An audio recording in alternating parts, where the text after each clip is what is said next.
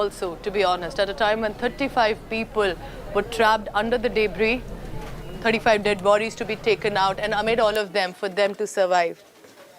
And a good gesture by the Chief Minister also to be meeting the victims. But more than this, as a photo op, it needs to be ascertained what happened.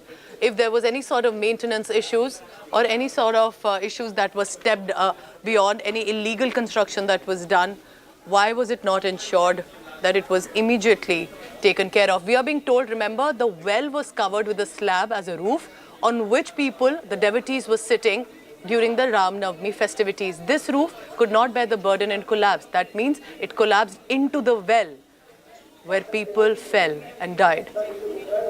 Heminder Sharma is now joining me for the latest on that. So Heminder, the Chief Minister meeting the victims, can you tell us more about, is he accompanied by the ministers? What are people saying? Even for the survivors, it's a visible anger there. Well, Chief Minister Shivraj Singh Chauhan has met the survivors of this horrific accident that happened in Indore yesterday. In fact, he's being accompanied by the minister in charge of Indore and also the Home Minister Narottam Mishra. Tulsi Salawat and Manini Gaur is also with him. And now he's visiting the spot where this accident happened. And as you were telling, that this is a slab that caved in, that was put on a well or a step well, Bawli that they call it. And one interesting fact that is coming to light is that the municipal authorities have served the notice. The municipal authorities had in fact served a notice to the... Heminder, stay on with me. I can hear some angry people as well asking who will answer about what happened.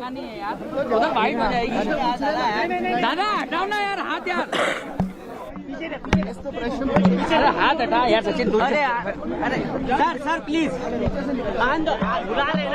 बुला रहे ना आराम से बुला रहे वो हमें बहुत दुखद और दुर्भाग्यपूर्ण घटना है। शिवराज जी लाइव है बहुत दुखद और दुर्भाग्यपूर्ण घटना है। लगातार रेस्क्यू ऑपरेशन चल रहा है। पूरा प्रशासन और मैं स्वयं भी रात भर बैठकर रेस्क्यू ऑपरेशन के संपर्क में था। अभी एक मिसिंग है, उनको ढूंढने के पूरे प्रयास चल रहे हैं। घटना की जांच के निर्देश दिए है। मजिस्ट्रेट जांच भी होगी जो जिम्मेदारी तय करेगी और पुलिस ने प्रकरण भी पंजीबद्ध कर लिया है। जांच के आधार पर जो भी दोषी होंगे उनके खिलाफ कार्रवाई होगी। अभी हमारी प्राथमिकता है कि रेस्क्यू ऑपरेशन को पूरा किया जाए और अभी एक साथी जो मिसिंग है उनको भी ढूंढा जाए। घायलों का अस्पताल में इलाज चल रहा है। सरकार पूरा निःशुल्क इलाज कराएगी। बाकी सारी व्यवस्थाएं माननीय प्रधानमंत्री जी ने भी पीड़ित परिवारों को राहत की राशि देने का फैसला किया है और राज्य सरकार ने भी, मैंने कल जैसी घोषणा की है, पीड़ित परिवारों की सहायता में हम कोई कसर नहीं छोड़ेंगे। हमने ये निर्देश भी जारी किए हैं कि पूरे प्रदेश में जहां ऐसे कुएं या बावड़ी हैं जो ढके गए हैं उन सब की जांच कर ली जाए ताकि ऐसी घटना की पुनरावृत्ति ना हो। जो बोरवेल ऐसे होते हैं खुले रह गए हैं उनकी भी जांच के निर्देश दिए हैं और ये फैसला किया है कि अगर कोई ऐसा बोरवेल खुला मिला तो निजी है तो निजी जमीन के मालिक पर, और अगर कोई सरकारी है तो सरकारी विभाग का जो भी कर्मचारी अधिकारी होगा उस पर कार्रवाई की जाएगी। अभी प्राथमिकता है कि एक और साथी जो मिसिंग है उनको ढूंढ लिया जाए। सर क्या जानकारी, कब तक चलेगा सर? कब तक चल सकता है रेस्क्यू ऑपरेशन, कुछ जानकारी? मुझे लगता है जल्दी पूरा हो जाए। कितने दोषियों पे अभी कार्रवाई की, कुल कितने? मैंने बताया जांच के बाद, जांच के आदेश हुए, जो भी दोषी होगा कार्रवाई करेंगे। All right, Chief Minister Shivraj Singh Chauhan says whoever will be responsible will be nabbed and there will be investigation on that. But the fact is 35 people have lost their life. At a time, if it was a popular ancient temple expecting a throng of devotees, why was it not ensured that the situation was under control?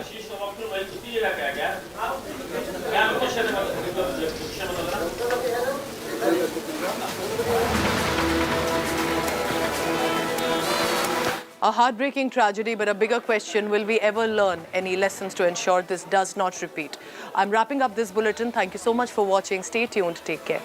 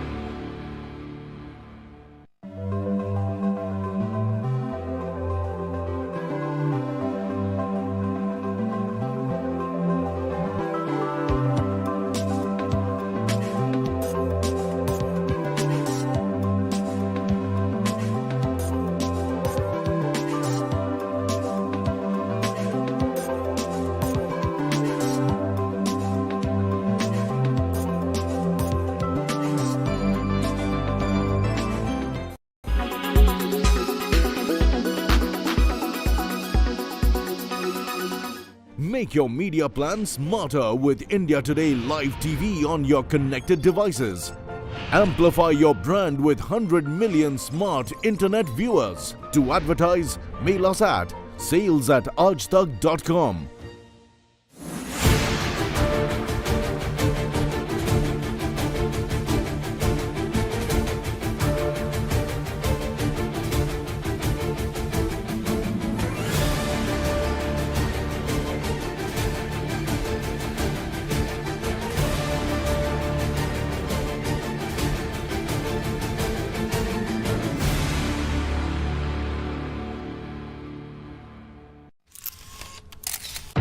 Public health. All political parties traveling from different parts. Armed with facts, Looking at political black. she takes the news by its horns. Do you think the future of these students are not hampered? Fierce, bold and direct, setting the tone for the biggest stories from every corner and every angle.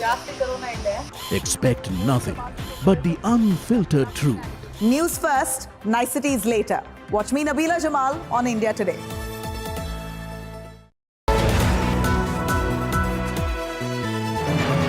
Union Bank of India, good people to bank with. The all-new Red Dark Edition by Tata Motors.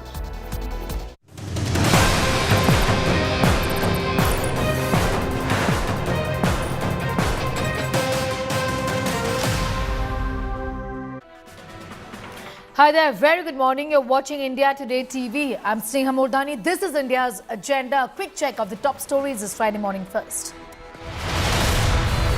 Death toll in the tragic temple roof collapse in Indore crosses 35. Rescue operations are underway.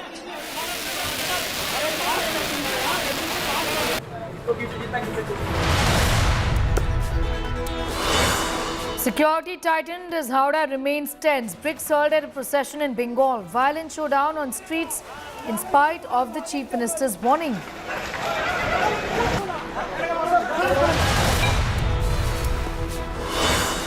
Battle lines drawn in state of war Karnataka. BSY's Sun versus Siddha and Varuna. BJP promises tough fight to Siddha. Siddaramaiah says bring it on.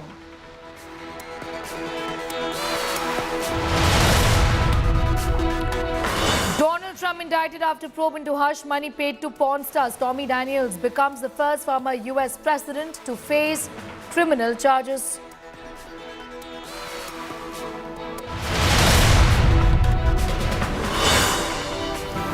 The 16th edition of the Indian Premier League is set to begin today in Ahmedabad. Defending champions Gujarat Titans will take on Chennai Super Kings in the opener.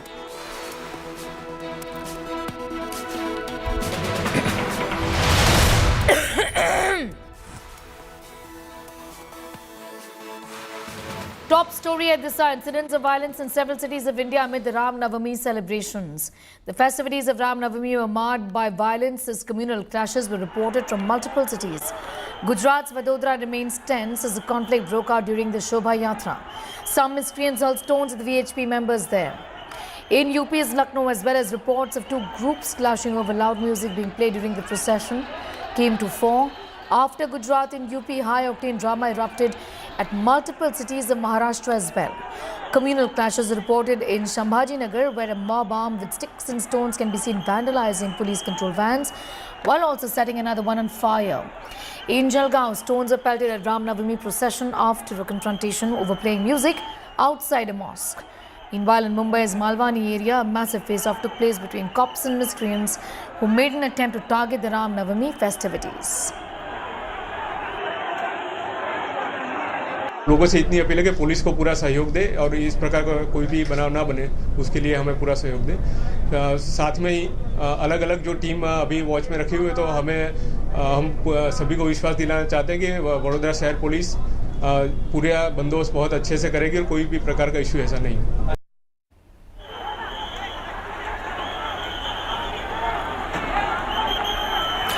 All these pictures, in fact, unfortunately surfacing during Ram Navami processions where clashes have broken out in different parts of the country. Of course, as far as politics is concerned, there's been blame game on. Violence on Ram Navami is what can be seen right now on your screens, not just in one but in several cities. High-octane drama that was seen in different parts of the country, in Shambhajinagar, in Mumbai there, also Lucknow, Jalgaon and Vadodara. Different days. Starting from the 29th of March to the 30th, where violence was seen over minor issues like playing of music on a loudspeaker, for example.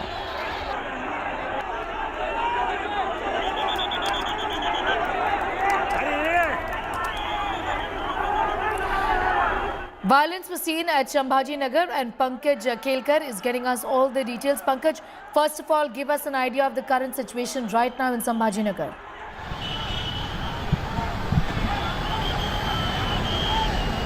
Pankaj.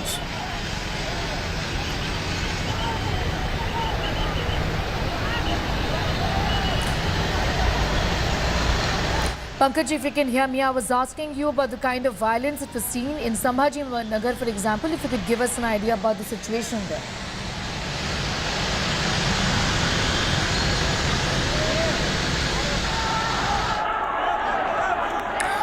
All right.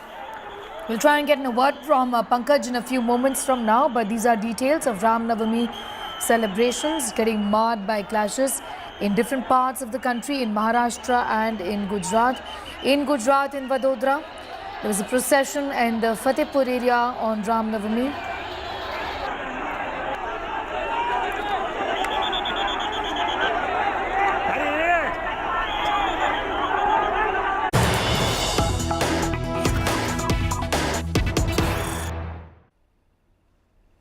All right, in fact, we have more news coming in. Visuals of stone pelting from outside the mosque. The police is looking for the person who is pelting stones on top of the mosque. On the basis of all the footage, people are being caught one by one. All of this is being caught on camera. The police trying to bring the situation under control in different parts of the country. For the moment, we're getting you these visuals from Vadodara in Gujarat, where clashes have taken place. Violence, remember, broke out in parts of Maharashtra, Gujarat, Bengal on the occasion of Ram Navami on the 30th of March. In Maharashtra's Jalgaon, 56 people have been arrested in connection with the clashes over music being played outside a mosque while a namaz was ongoing.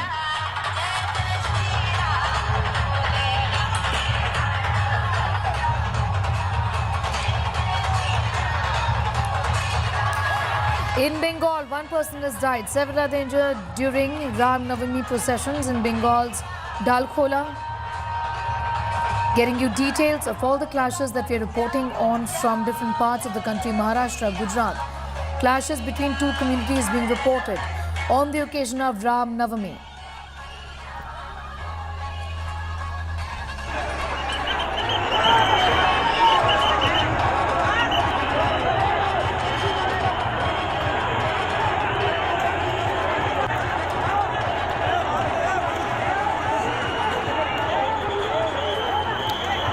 With that report, it's time for a quick commercial break here. We're getting you much more news in just a bit.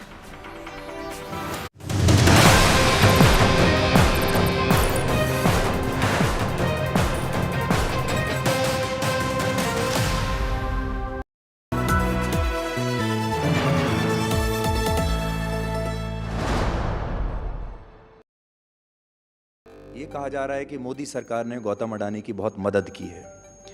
उस पर अभी तक देश ने आपका पक्ष नहीं सुना है और आज मुझे लगता है कि ये बहुत महत्वपूर्ण सवाल है और ये मंच है जहां आप बता सकते हैं लोगों को। देश की सुप्रीम कोर्ट ने एक चीज का संज्ञान लिया, एक कमेटी बनाई है, 2 रिटायर्ड जजों की अध्यक्षता में कमेटी बनाई।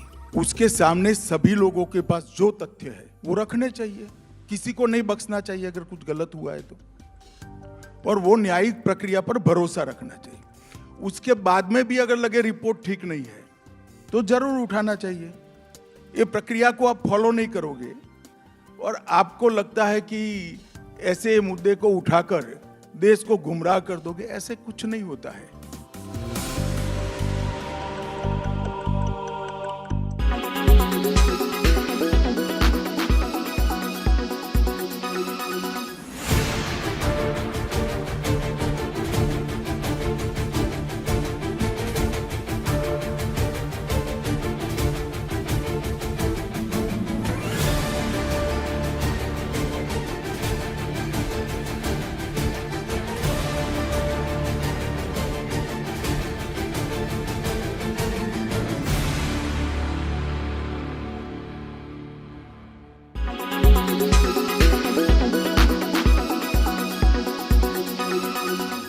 Make your media plan smarter with India Today Live TV on your connected devices.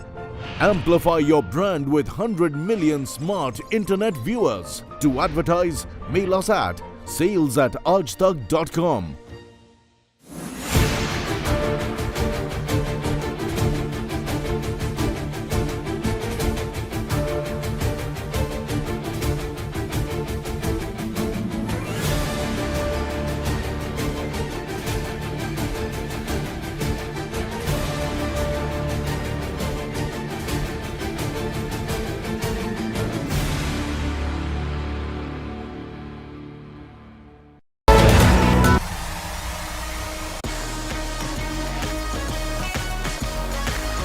I can never be bored of watching Mahendra Singh Dhoni hit that 6.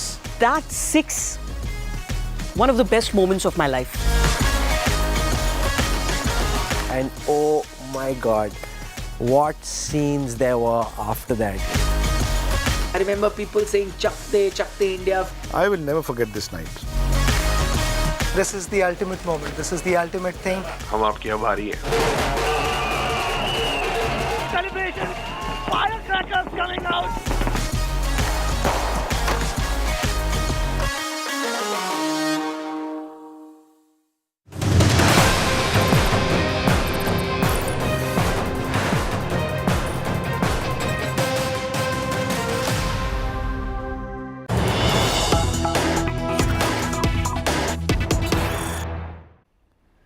More news coming in. This from Hassan. Clashes between two communities in Hassan during Ram Navami procession.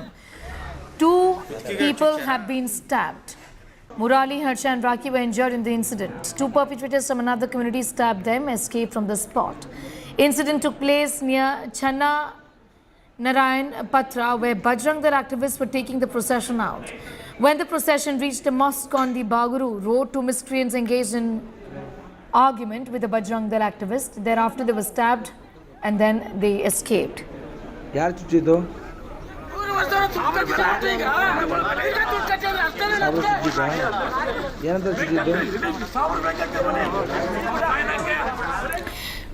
Bengal's Howrah witnessed a violent communal clash on Thursday after Ram Navami processions brutally attacked those who were carrying out the procession by miscreants. While Chief Minister Mamata Banerjee promised to deal strongly with those who caused riots in the state, a mega political showdown has erupted in the state, with BJP accusing TMC of brazenly insulting Hindus. Take a look at this report.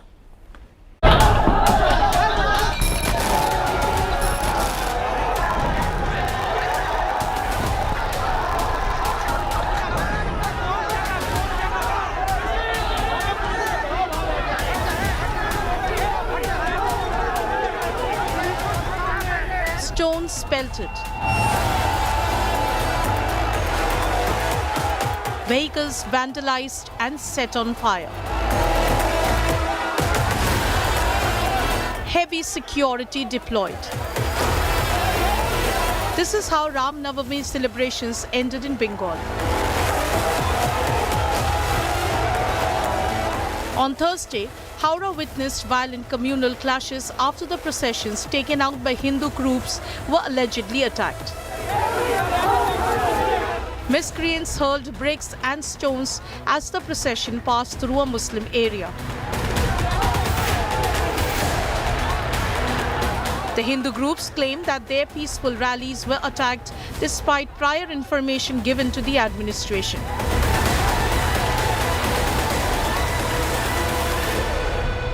सभी प्रशासन के आग्रह पे हम लोगों ने सारा ये शोभा यात्रा एक साथ मिलकर निकाला कि जिससे प्रशासन को असुविधा नहीं हो। आज हम लोगों ने पूरा एक साथ निकाल दिया कि कोई शांतिपूर्वक निकल रही है और आज के बाद फिर उन्होंने उपद्रव किया। क्या प्रॉब्लम है उनको? मैं बोल दिया अगर प्रशासन ने एक्शन नहीं लिया तो इसके बाद ईद है, रमजान है, हर दिन ऐसा कुछ ना कुछ होते रहेगा। Earlier, several men who took part in the procession were seen brandishing sharp weapons. Reacting sharply to the violent clashes, West Bengal Chief Minister Mamata Banerjee declared her government won't spare those behind the clashes. She also questioned the Hindu groups for taking out processions through unauthorized routes.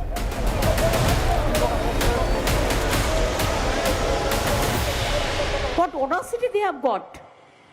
Reply tomai debo. Befitting reply. তোমার যে root ছিল সেই root তুমি change করলে কেন? তুমি unauthorised রুটে গেছো ইচ্ছা করে একটা কমিউনিটিকে ধাক্কা দেওয়ার জন্য এবং হামলা করার জন্য।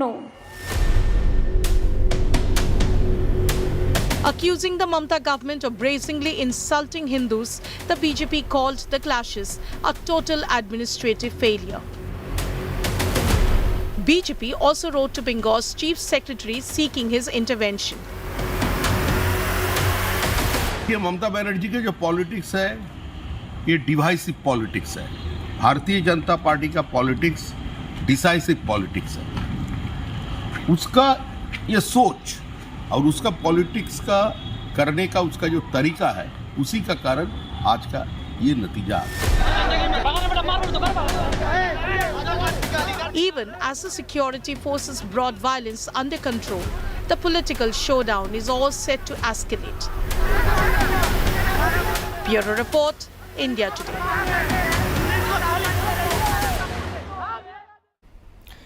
Surya Agni tracking all of those details as far as the clashes in Howrah is concerned. Surya Agni, not just Howrah and another part, one person has been killed as well.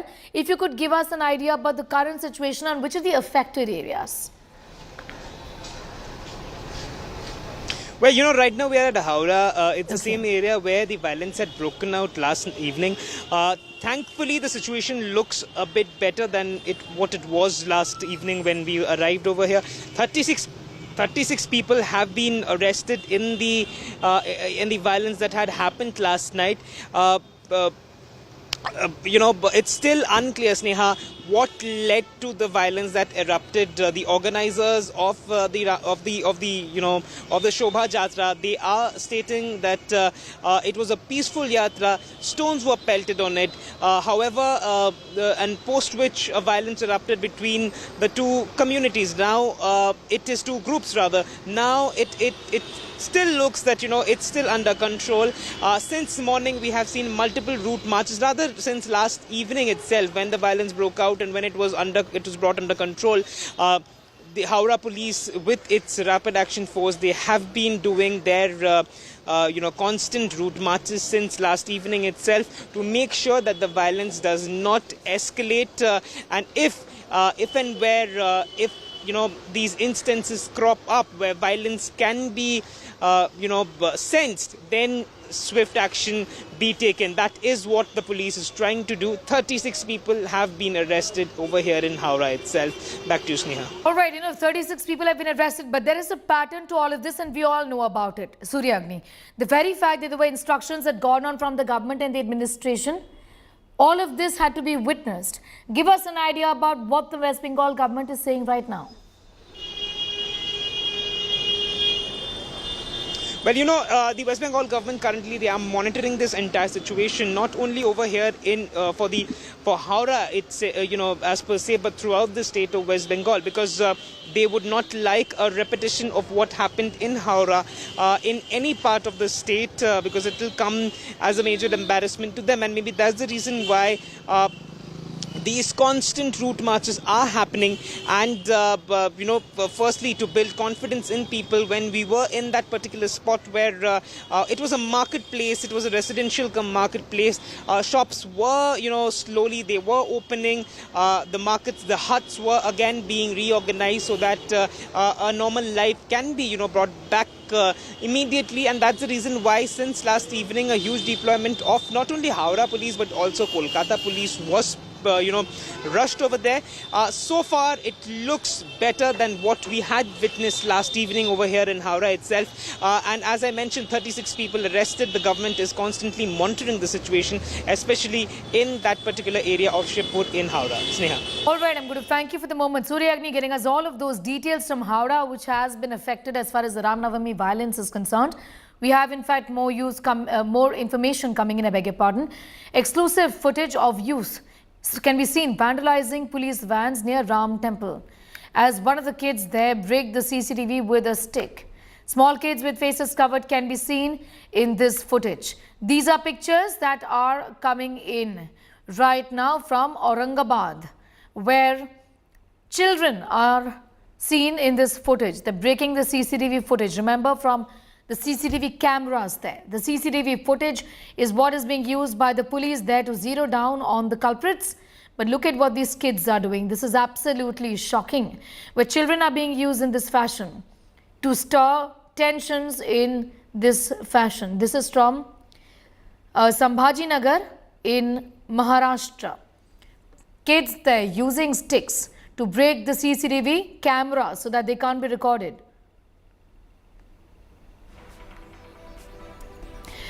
Pankaj Kelkar is getting us more details. Pankaj, this is so disturbing. Children there literally using sticks to break the CCTV camera so that the perpetrators of the violence can't be identified by the police. Give us an idea about the current situation and what is the administration saying about this being absolutely pre-planned. It's clear. Sneha, these are shocking visuals from Sambhajinagar, in that area where the vandalism occurred on that very night of Ram Navami. In this particular footage, it is very clear that kids are there, and all of them who are there on the streets are having identical masks as well as headgears. So who are these people, who are these youths? And one more shocking thing that you also mentioned, that I have also spotted in the particular video, that there are kids over there standing below the CCTV cameras. They are discussing, and not just one, 2 to 3 CCTV cameras have been broken. That we can see that they are having a stick-like instrument or a bat-like instrument in their hand, and they are walking from the street towards the CCTV camera and then breaking that CCTV camera. In that particular CCTV, we can also see that very small kids, maybe of 10 to 12 years of age, they are also there. So it's clear that these kids are from some particular area who have come over there. And why are they so annoyed with the administration that they have only vandalized or burnt or broken the windshields of police vehicles, government vehicles? They could have also ransacked the shop, or they could have also destroyed the private properties, but nothing such a thing happened. These kids or these youths who are there on the streets that can be seen have only destroyed or disrupted, vandalized government property. So such kind of CCTVs are with police, and they are now screening those footages. Around 100 officials have been designated for this particular job. There are 10 teams in the city that have been deployed to identify such people, miscreants who are involved in this untoward incident. Sneha. I'm going to thank you for the moment. Pankaj Kelkar there getting us all of those details as far as this violence from Sambhajinagar and from Aurangabad is concerned.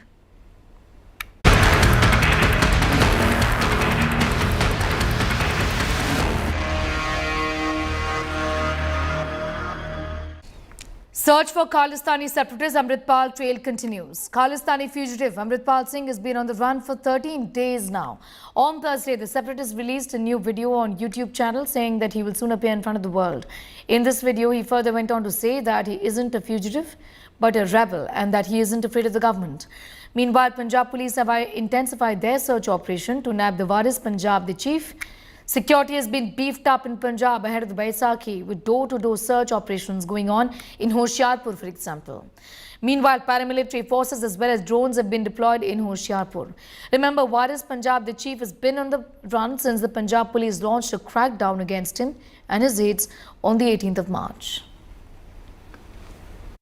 मैं जी अज बाहर है सतगुर सच्चे पातशाह ने जी मैंने बाहर रखा है इस घेरे तो ਤੇ ਉਹਦਾ ਅਰਥ ਇਹ ਹੈ ਕਿ ਮੈਂ ਆਪਣੇ ਸਾਥੀਆਂ ਲਈ ਕੌਮ ਦੇ ਨੌਜਵਾਨਾਂ ਲਈ ਤੇ ਕੌਮ ਦੇ ਹਿੱਤਾਂ ਲਈ ਕੁਝ ਕਰ ਸਕਾਂ ਤੇ ਛੇਤੀ ਹੀ ਸੰਸਾਰ ਸਾਹਮਣੇ ਵੀ ਪ੍ਰਗਟ ਹੋਵਾਂਗੇ ਔਰ ਇਹ ਸੰਗਤਾਂ ਦੇ ਵਿੱਚ ਵੀ ਵਿਚਰਾਂਗੇ ਇਦਾਂ ਦੀ ਕੋਈ ਗੱਲ ਨਹੀਂ ਮੈਂ ਉਹਨਾਂ ਚੋਂ ਨਹੀਂ ਹੈਗਾ ਵੀ ਜਿਹੜਾ ਕਹਿਣਗੇ ਮੁਲਕ ਛੱਡ ਜਾ ਜੀ ਮੁਲਕ ਛੱਡ ਕੇ ਬਾਹਰ ਚਲਾ ਗਿਆ ਉਹ ਹੁਣ ਬਾਹਰੋਂ ਜਾ ਕੇ ਲੋਕਾਂ ਨੂੰ ਵੀਡੀਓ ਪਾ ਕੇ ਮੈਸੇਜ ਦੇਊਗਾ ਇਦਾਂ ਦੀ ਗੱਲ ਨਹੀਂ ਮੇਰੀ ਸੰਗਤਾਂ ਨੂੰ ਅਪੀਲ ਹੈ ਕਿਸੇ ਵੀ ਗੁੰਮਰਾਹ ਕਰਨ ਪ੍ਰਚਾਰ 'ਚ ਨਹੀਂ ਆਉਣਾ ਮੈਂ ਚੜ੍ਹਦੀ ਕਲਾਂ 'ਚ ਅੱਜ ਦੀ ਤਰੀਕ ਤੱਕ ਮੈਂ ਚੜ੍ਹਦੀ ਕਲਾਂ ਦੇ ਵਿੱਚ ਹਾਂ ਔਰ ਅੱਜ ਤੋਂ ਬਾਅਦ ਸਤਿਗੁਰ ਦੇ ਹੱਥ ਹੈ ਸਾਰਾ ਕੁਝ ਜੇ ਸਤਿਗੁਰ ਨੇ ਇੰਨੀਆਂ ਸੰਕਟਾਂ 'ਚ ਰਾਖੀ ਕੀਤੀ ਹੈ ਤੇ ਅੱਗੇ ਵੀ ਕਰਦਾ ਰਹੂਗਾ ਮਹਾਰਾਜ ਉਹਦੇ ਘਰ 'ਚ ਕਿਸੇ ਦਾ ਘਾਟਾ ਨਹੀਂ ਮੇਰੀ ਓਟ ਉਸ ਤੇ ਹੈ ਮੇਰੀ ਓਟ ਦੁਨਿਆਵੀ ਨਾ ਤੇ ਅਦਾਲਤਾਂ ਤੇ ਹੈ ਨਾ ਕਿਸੇ ਹੋਰ ਗੱਲ ਤੇ ਹੈ ਮੇਰੀ ਓਟ ਸਤਿਗੁਰ ਸੱਚੇ ਪਾਤਸ਼ਾਹ ਦੀ ਕਚਹਿਰੀ ਤੇ ਹੈ ਉਹਨੇ ਇਨਸਾਫ ਮੇਰੇ ਨਾਲ ਕਰਨਾ ਹੈ ਸੰਗਤਾਂ ਨੂੰ ਮੇਰੀ ਅਪੀਲ ਹੈ ਵੀ ਤੁਸੀਂ ਦ੍ਰਿੜ ਰਹਿਣਾ ਤੁਸੀਂ ਢੈਂਦੀ ਕਲਾ 'ਚ ਨਹੀਂ ਜਾਣਾ ਨਾ ਢੈਂਦੀ ਕਲਾ ਵਾਲੇ ਕੋਈ ਗੱਲ ਕਰਨੀ ਹੈ और मेरे परिवार ਨੂੰ ਮੇਰੇ ਨੂੰ ਅਪੀਲ ਹੈ ਵੀ ਤੁਸੀਂ ਵੀ ਕੋਈ ਢੈਂਦੀ ਕਲਾ ਵਾਲੀ ਗੱਲ ਨਹੀਂ ਕਰਨੀ ਐਵੇਂ ਨਹੀਂ ਹੱਥ ਜੋੜ ਕੇ ਕਹੀ ਜਾਣਾ ਵੀ ਦੇਖੋ ਜੀ ਸਾथ ਦਿਓ सारी संगत साथ दे रही है जिस तरह से वीडियो आई अमृतपाल की उसके बाद से क्या कोई प्लान में चेंजेस हुए क्योंकि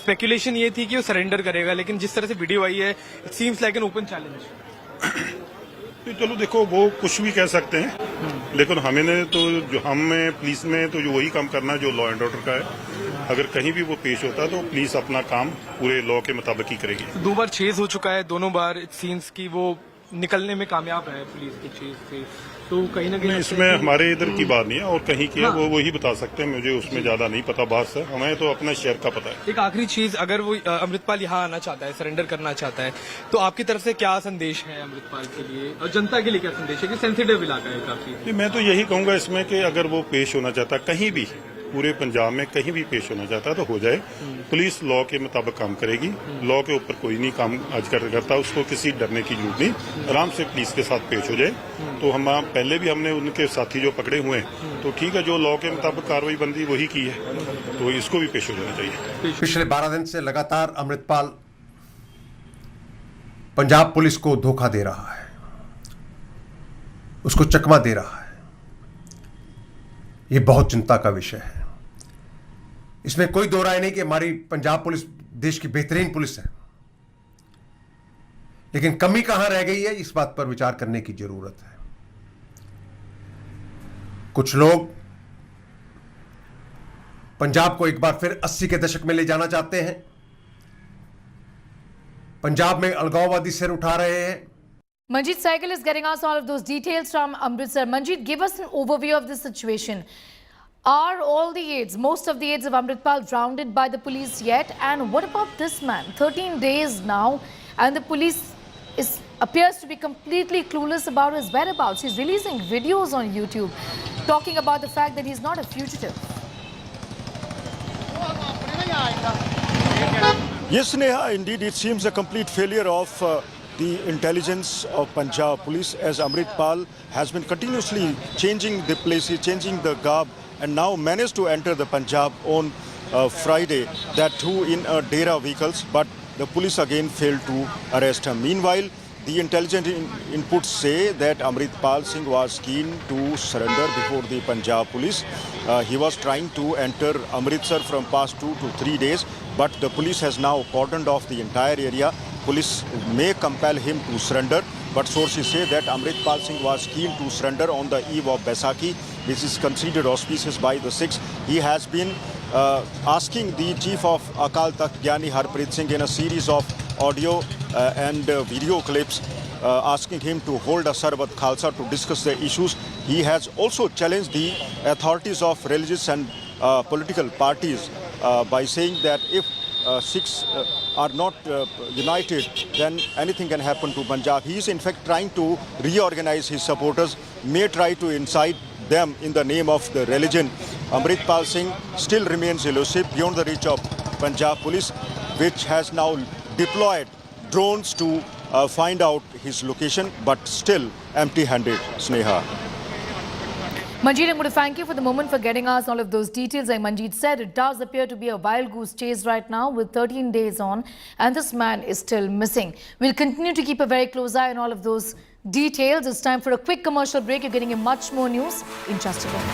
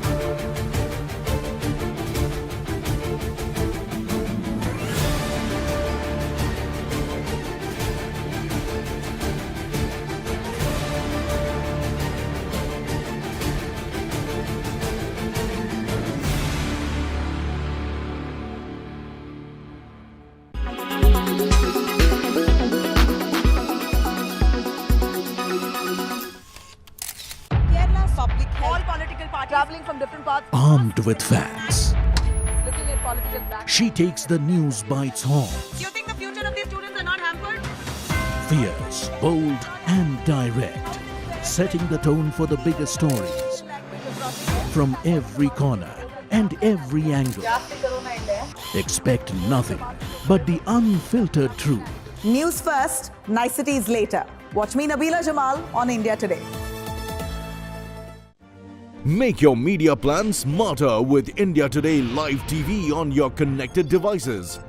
Amplify your brand with 100 million smart internet viewers. To advertise, mail us at sales@aajtak.com.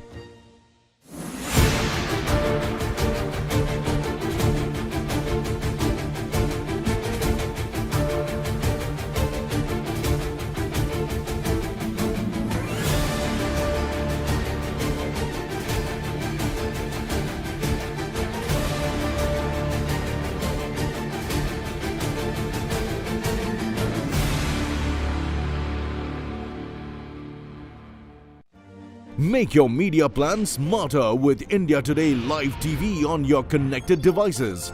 Amplify your brand with 100 million smart internet viewers. To advertise, mail us at sales@aajtak.com.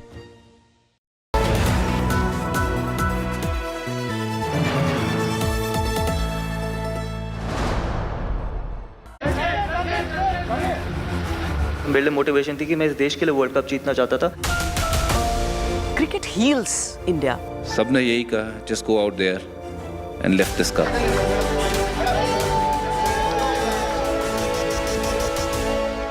Yeah, stars had aligned. I really do feel this is like yesterday.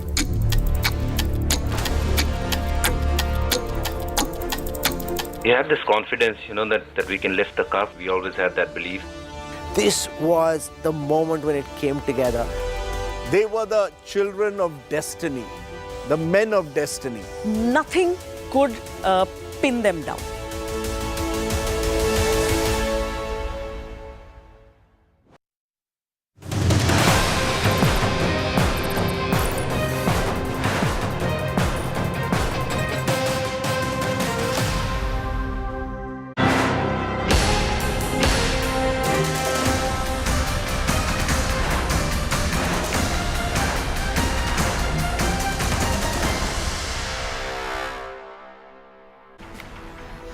Well, the state of war Karnataka has only intensified. Congress leader Siddaramaiah repeating his ambition of becoming the Chief Minister. Former Chief Minister B.S. Yediyurappa, who's spearheading the BJP's election campaign in the state, hinted that his son may contest against Congress veteran Siddaramaiah. Here's more.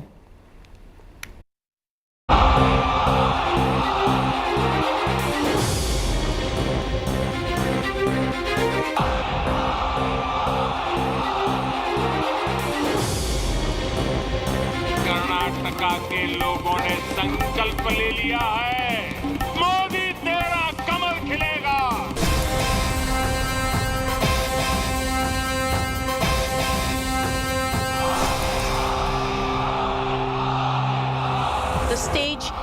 for state of war Karnataka. All the big guns of political parties have stepped up.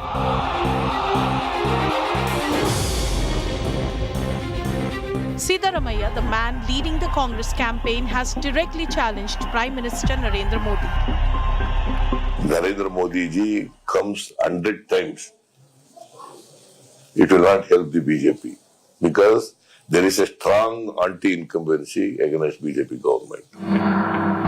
BJP's #1 challenger Siddaramaiah reveals his ambitions. Congress announces Siddaramaiah name as CM candidate. There will be a sweep. You're also an aspirant, right? Yes, 100% I'm an aspirant. Amid speculation over whom the BJP would field against Karnataka Congress strongman Siddaramaiah in Varuna constituency, party stalwart B.S. Yediyurappa drops a big hint. Sir ವರುಣದಲ್ಲಿ ಸಿದ್ದರಾಮಯ್ಯ ಅವರು ಸ್ಪರ್ಧೆ ಮಾಡ್ತಿದ್ದಾರೆ so ಹೀಗಾಗಿ ಅಲ್ಲಿ ಯಾರನ್ನಾದ್ರೂ ಸ್ಪರ್ಧೆ ಪ್ರಬಲ ವಿಜೇಂದ್ರ ಅವ್ರನ್ನ ಆಗ್ತೀರಾ ಸ್ಪರ್ಧೆ ಮಾಡ್ತಾರೆ ಸರ್ ನಿಮ್ ಸಂದೇಶ ಚರ್ಚೆ ನಡೀತಾ ಇದೆ ಸಿದ್ದರಾಮಯ್ಯನವರು ಗೊತ್ತಿದೆ ಅವರು ನಿಲ್ತಾ ಇರುವಂತ ನೆಲನೇ ಕುಸಿತಾ ಇದೆ ಅಂತ ಸೊ ಅಷ್ಟು ಅವ್ರ ಗೆಲುವು ಸಹ ಅಷ್ಟು ಸುಲಭ ಇದೆ ಅಂತ ನನಗೇನು ಅನ್ಸೋದಿಲ್ಲ ಸರಿಯಾದ ಕ್ಯಾಂಡಿಡೇಟ್ ಆಗ್ತೀವಿ ಟಫ್ ಫೈಟ್ ಕೊಡ್ತೀವಿ ನೋಡೋಣ ಏನಾಗುತ್ತೆ ಅಂತ. This time the eyes are once again on H.D. Kumaraswamy. In another India Today exclusive, H.D. Kumaraswamy sets off massive speculation claiming both BJP and Congress in race to woo him. Do you have pressure from the centre saying come with us? Have they already spoken to you? Offer is there. You have already offered? Offer is there. Okay. Everybody offering me. Even Congress is offering? Everybody is offering me. They know. Okay. Their strength, what is their strength internally, they know. With 40 days to polling, BJP and Congress draw out battle plan. Bureau Report, India Today.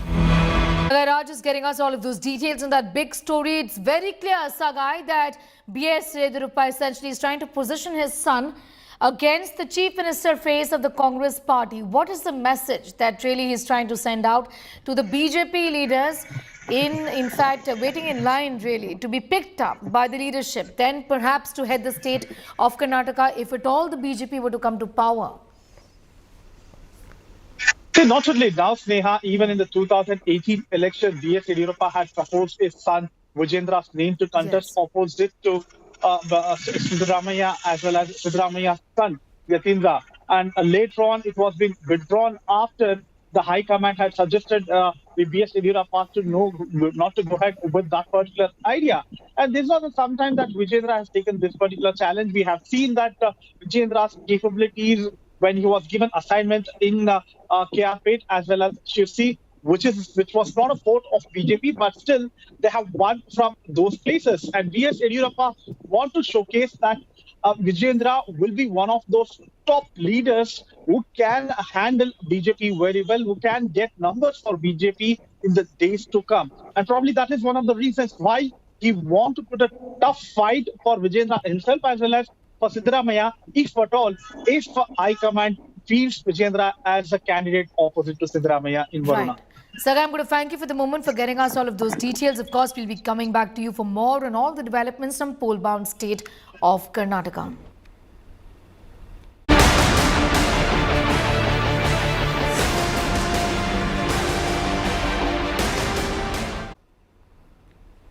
It's a massive jolt to Trump's bid to retake the White House in the year 2024, where elections are due. A New York grand jury has indicted former U.S. President Donald Trump over harsh money payments made to a porn star, Stormy Daniels, during his 2016 campaign. This makes him the first former U.S. president to face criminal charges, but the charges have not been made public. He's been indicted over a payout to Stormy Daniels by his personal lawyer in an attempt to silence her over an alleged affair during his days as a reality TV star. Trump, who seeks the Republican nomination to run again in 2024, has branded all the investigations political persecution. However, the indictment will affect Trump's candidature for president or not is yet to be known. And how this is going to play out for Biden is equally unclear.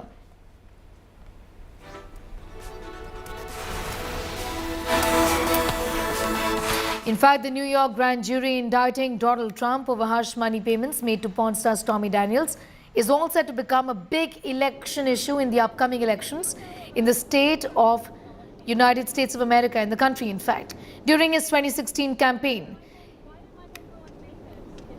there were allegations that he had to, in fact, he paid hush money to porn star Stormy Daniels. This during the course of his campaign in the year 2016.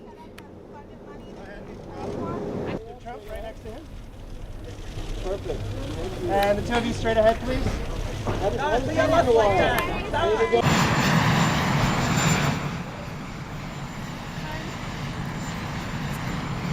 So for years, did you know about like he's above the law? He is considered then why did Michael Cohen? Well, the New York grand jury indicting Donald Trump over hush money payments made to porn star Stormy Daniels during his 2016 campaign, making him the first former U.S. president to face criminal charges. Take a look. A grand jury in New York voted to indict former President Donald Trump, two sources said on Thursday, making him the first ex-president to face criminal charges in U.S. history. The indictment arising from an investigation into hush money paid to porn star Stormy Daniels could reshape the 2024 presidential race. The specific charges related to the probe led by Democratic Manhattan District Attorney Alvin Bragg are not yet known. The New York Times reported that the indictment will likely be announced in the coming days. A lawyer representing Trump said she was informed of the indictment, but did not know when he would surrender. Bragg's office did not immediately respond to requests for comment. We're witnessing American history. Never has a former president been indicted or charged with the crime. And that's what we're seeing here. Nima Rahmani is a former federal prosecutor and the president of West Coast Trial Lawyers. Trump will be given the opportunity to appear in court. He's not going to be arrested. Now, he will be booked, which means he'll be fingerprinted. He'll have his mugshot taken. His attorneys, of course, will plead not guilty for him. I don't expect there to be any pretrial resolution in this case, and we're going to see the most politically charged trial in American history. The grand jury began hearing evidence in January about Trump's role in the hush money payment to Daniels days before the 2016 presidential election that he ended up winning. Daniels, an adult film actress whose real name is Stephanie Clifford, has said she received the money in exchange for keeping silent about a sexual encounter she had with Trump in 2006. The former president's personal lawyer, Michael Cohen, has said Trump directed hush money payments to Daniels. Trump has denied having an affair with her. Federal prosecutors examined the Daniels payoff in 2018, leading to a prison sentence for Cohen, but no charges against Trump. No former sitting U.S. president has ever faced criminal charges.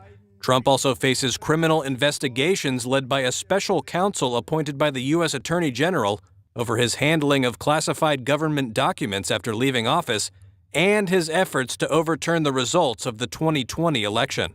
He also faces an investigation led by a local prosecutor in Georgia into whether he unlawfully tried to overturn his 2020 election defeat in that state. Trump previously said he would continue campaigning for the Republican Party's nomination in the presidential race if he was charged with a crime. What next then for Donald Trump is the big question. What's his journey ahead going to look like? The first former U.S. president to face criminal prosecution. That's clear. Trump faces white-collar crime charges based on fraudulent financial dealings. Defendant in such cases typically self-surrender. If Trump won't surrender, can face arrest, booking. Indictment won't keep him from presidential race, that's also clear. He would stand in trial in the midst of 2024 campaign. Certainly doesn't look good. If elected, can't pardon himself of criminal charges. Well, that's another irony or ironical situation that we could be looking at. What are the possible charges against Trump? Here are the details. Accounting fraud, falsifying records, intent to defraud, misdemeanor, campaign finance fraud charges, intent to cover up Trump's dirty secrets. With that report, it's time for a quick commercial break here. We're getting you much more news in just a bit.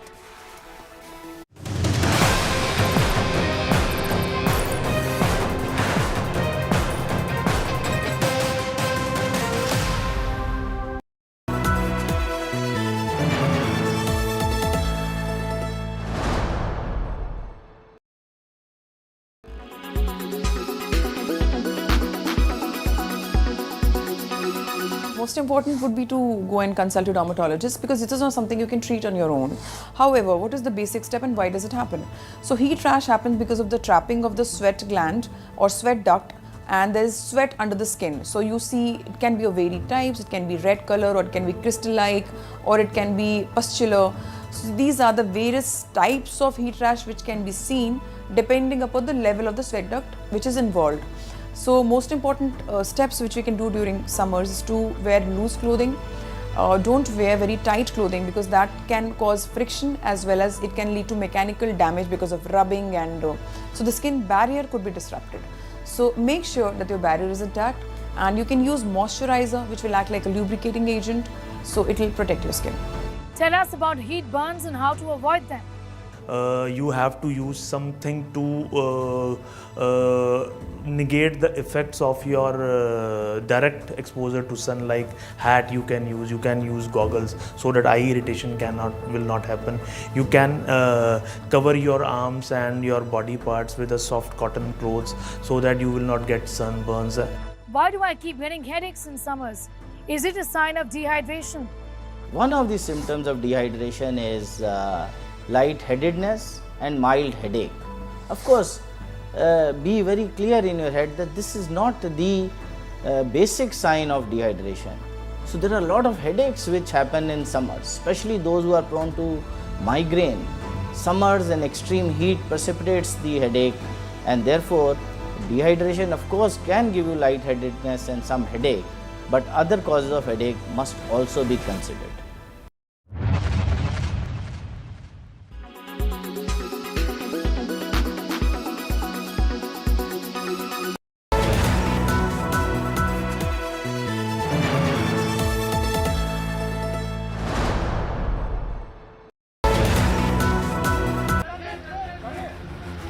मेरे लिए motivation थी कि मैं इस देश के लिए world cup जीतना चाहता था. Cricket heals India. सबने यही कहा, just go out there and lift this cup.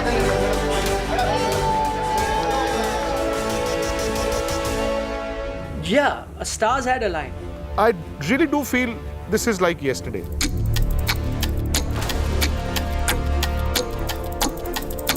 We had this confidence, that we can lift the cup. We always had that belief.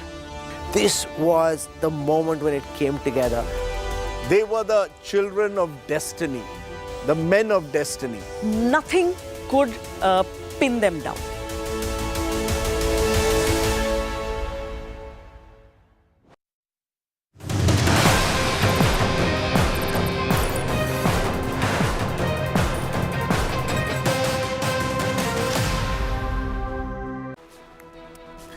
Welcome back. Now, French luxury fashion house Christian Dior has held their first ever fashion show in the heart of Mumbai. Let's take a look at all the highlights of this iconic show.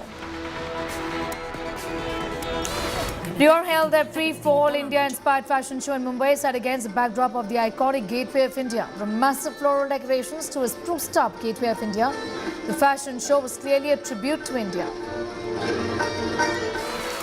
Legendary Bollywood actor Rekha graced the Dior red carpet in a true blue style, a red and golden silk woven sari. The fashion show was brought to a halt until the actor was in attendance. Fashion girl Sonam Kapoor, who also grabbed eyeballs with a pink Dior ensemble. Sonam was seen in an all-pink outfit from the shelves of Dior and accessorized her look with traditional jewelry. Star power couple Virat Kohli and Anushka Sharma also graced the red carpet there. Anushka stood pretty in a yellow gown with a matching Dior bag, while husband Virat complimented the actor's look in a dapper grey suit. Another look that grabbed eyeballs belongs to Athiya Shetty, dressed in an all-white shoulder dress. Athiya looked beautiful while lending a simplistic elegance to the look with a studded mini Lady Dior bag.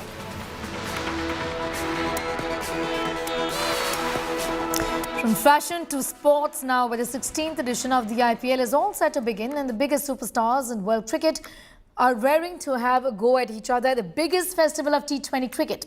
But unlike previous editions, this year's IPL promises to be special in its own way. Take a look at what you can expect from IPL 2023. Cricket's biggest carnival is all set to kick-start as the megastars of world cricket go head-to-head for the coveted IPL trophy. After 15 years of sheer drama and entertainment, the Indian Premier League is entering its 16th season, and like every year, it promises to enthrall cricket fans all across the globe. After COVID-affected editions in recent times, the 2023 edition will finally see the return of the home and away format. And not just that, the BCCI has also introduced a bunch of new rules, including an impact player rule to take the most watched T20 league to the next level. Some familiar faces will be missing in this year's IPL, but as with every season, the fans expect new heroes to emerge. The opening match will be played at the Grand Narendra Modi Stadium, where the Gujarat Titans begin their title defence against the Chennai Super Kings. Gujarat may be playing in front of home supporters, but they will be up against a man who can make any stadium chant his name, and that's MS Dhoni. Expect packed stadiums every time CSK play this year, as fans across the country fear that this could be Dhoni's last season. Will Dhoni leave on a high? Will RCB finally end 15 years of pain for their maiden title? Or will the Mumbai Indians make a stunning comeback after a dismal campaign last year? After 74 games of pulsating cricket action, expect answers to most of these questions, if not all. Sports Bureau, India Today. All right, the 16th... In fact, the edition of the IPL is all set to begin on Friday with defending champions Gujarat Titans taking on Chennai Super Kings. Leading CSK will be Chennai's own son, MS Dhoni. For the last few years, there are speculations of Dhoni saying goodbye to IPL before every season. Will 2023 be Dhoni's last dance is the big question here. Take a look at this report. Could this be, MSD, your last game ever in yellow? Definitely not. Whether it will be my last year or not, that's a big question.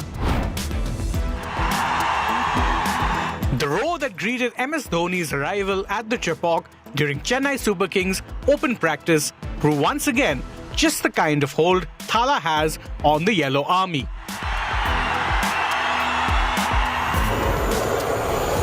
Dhoni, for his part, is also doing all he can to show his appreciation for the CSK fans, including spray painting seats at the stadium.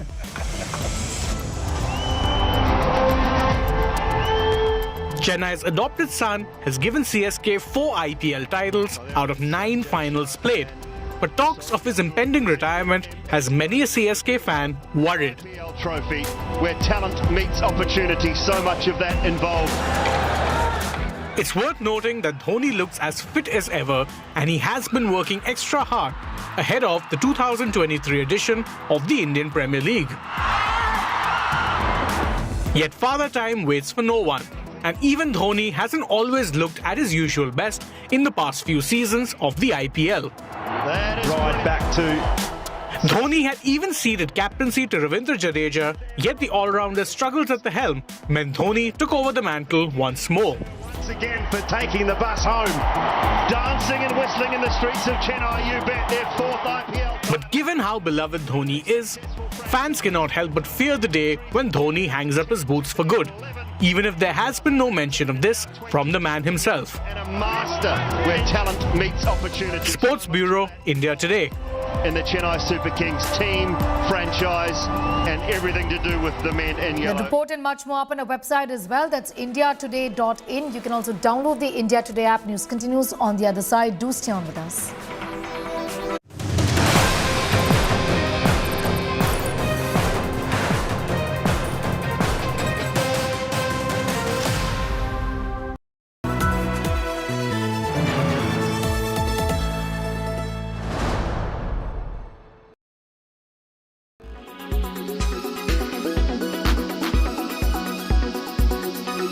How's the graph looking, especially with key stake sales that have been in the pipeline?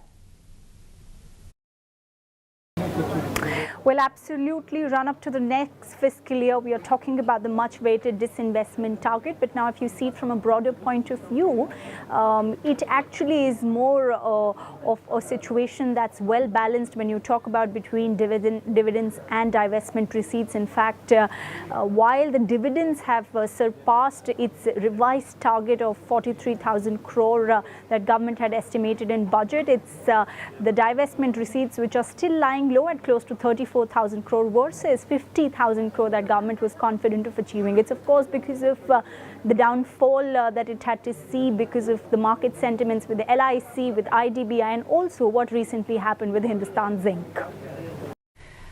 Right. Karishma, what's the update on IDBI Bank particularly? Give us a bit more detail. What's the centre's plan of action there? Well, right, debunking all media reports, Deepam had in fact last week mentioned that the process is on track, and we have learned exclusively from our Ministry of Finance sources that financial bids for IDBI Bank could be called in by June. In fact, they're looking to announce it any time between May and June, from 2 to 3 months from now, and post that, of course, parallelly security clearances will be taken. Now, this is first of its kind transaction. Since it involves a bank, it will require a fit or proper criteria to be given by Reserve Bank of India before Deepam opens the data room for bidders to, of course, access all the information. The government and LIC both are looking to sell close to 60% stake together, 30 each, and they are pretty confident that in the coming fiscal they'll be able to execute this transaction.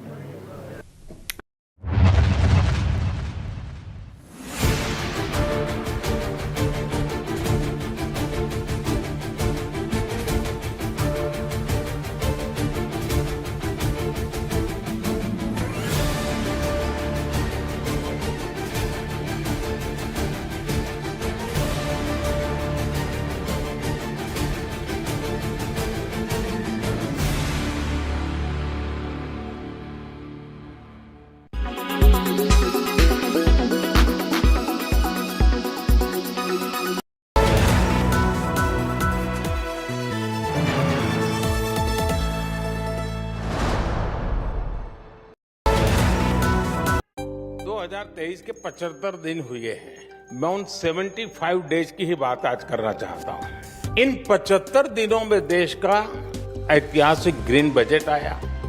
इन 75 दिनों में कर्नाटका के शिवमोगा में airport का लोकार्पण हुआ। इन 75 दिनों में मुंबई में मेट्रो रेल का अगला फेज शुरू हुआ। इन 75 दिनों में देश में दुनिया का सबसे लंबा रिवर क्रूज चला। बेंगलुरु मैसूरू एक्सप्रेस वे शुरू हुआ।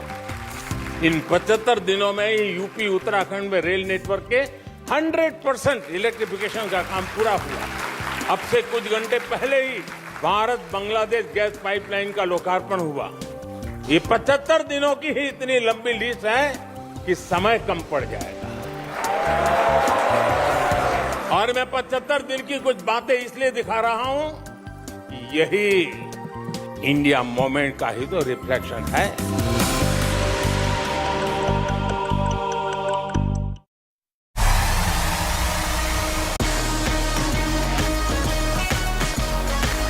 I can never be bored of watching Mahendra Singh Dhoni hit that six.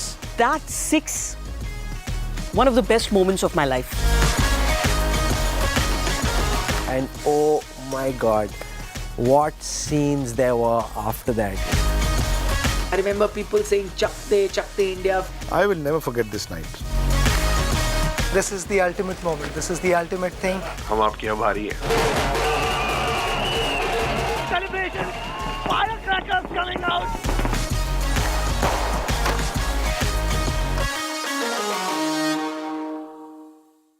Good morning, viewers. Let's take a look at the weather report across the major cities this morning. Thiruvananthapuram is at 34 degrees Celsius with an AQI of 44. Mumbai is at 31 degrees Celsius with an AQI of 56. Panji is at 29 degrees Celsius with an AQI of 45. Ahmedabad is at 34 degrees Celsius with an AQI of 105. Bhopal is at 32 degrees Celsius with an AQI of 115. Jaipur is at 28 degrees Celsius with an AQI of 116. Delhi is at 25 degrees Celsius with an AQI of 117. Srinagar is at 14 degrees Celsius with AQI being 100. Lucknow is at 28 degrees Celsius with an AQI of 144. Patna is at 31 degrees Celsius with an AQI of 123. Kolkata is at 32 degrees Celsius with an AQI of 101. Hyderabad is at 36 degrees Celsius with an AQI of 82. Bangalore is at 33 degrees Celsius with an AQI of 73. Chennai is at 33 degrees Celsius with an AQI of 30. This is all we have for you in this segment. Keep watching India Today for all the weather updates with me AI Sana all through the day.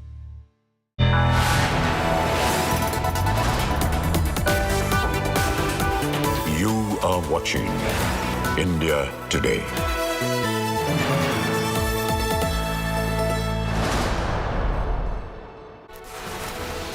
Hi there, very good morning. You're watching India Today TV. I'm Sneha Mordani. Let's get started with the headlines in this edition first.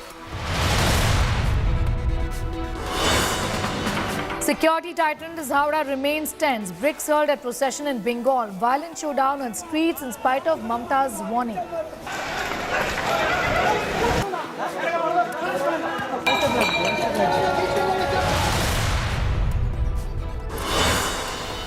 Death toll in tragic temple roof collapse in Indore crosses 35. Rescue operations are underway.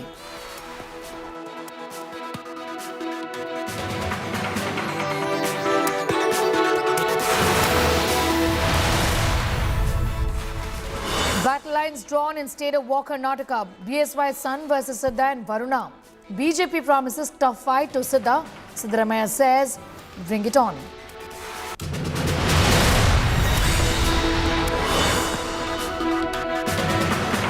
Donald Trump indicted after probe into hush money paid to porn star Stormy Daniels.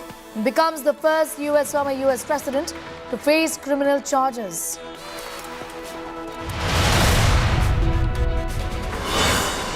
India's biggest fashion moment. India arrives on world fashion stage. European luxury brand Indore holds a standalone show at Mumbai's Gateway of India.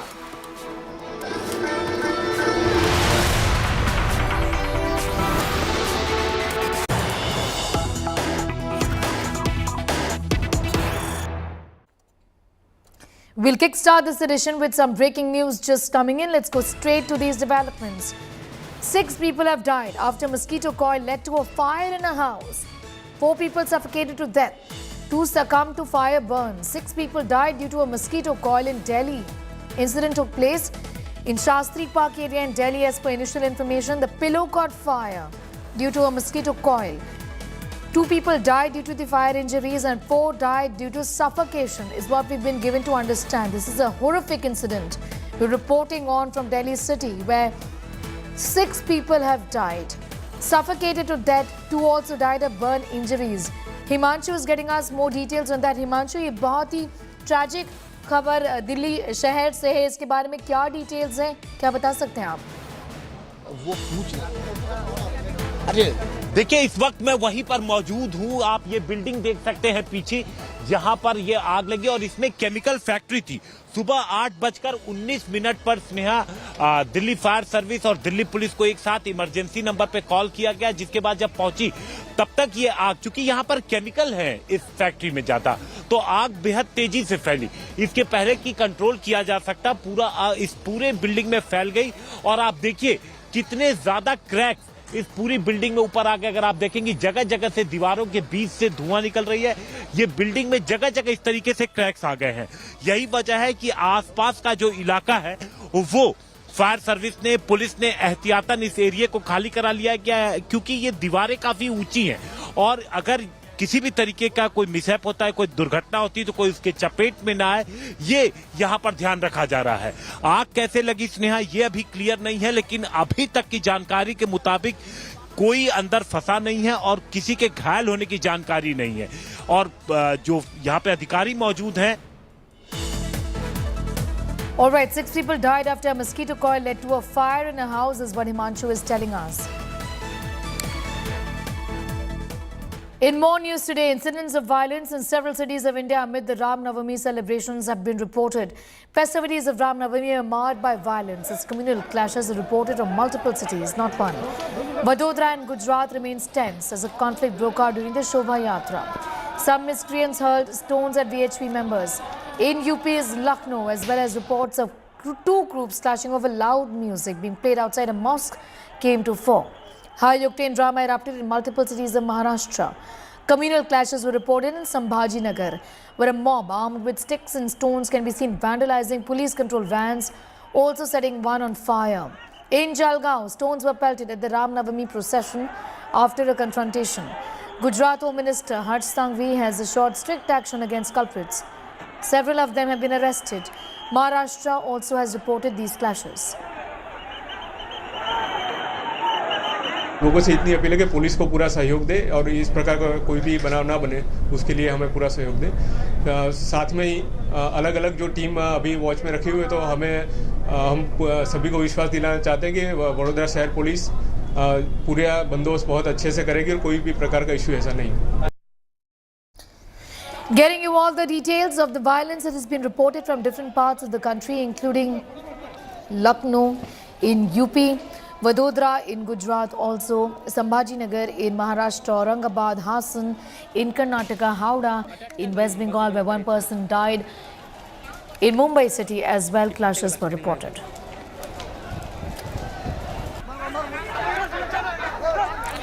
Festivities there marred by violence, where two groups in fact clashed over issues like playing of loud music outside a mosque. Also, some young men were seen vandalizing police vans, also breaking the CCTV cameras there, clearly in an effort to destroy the evidence.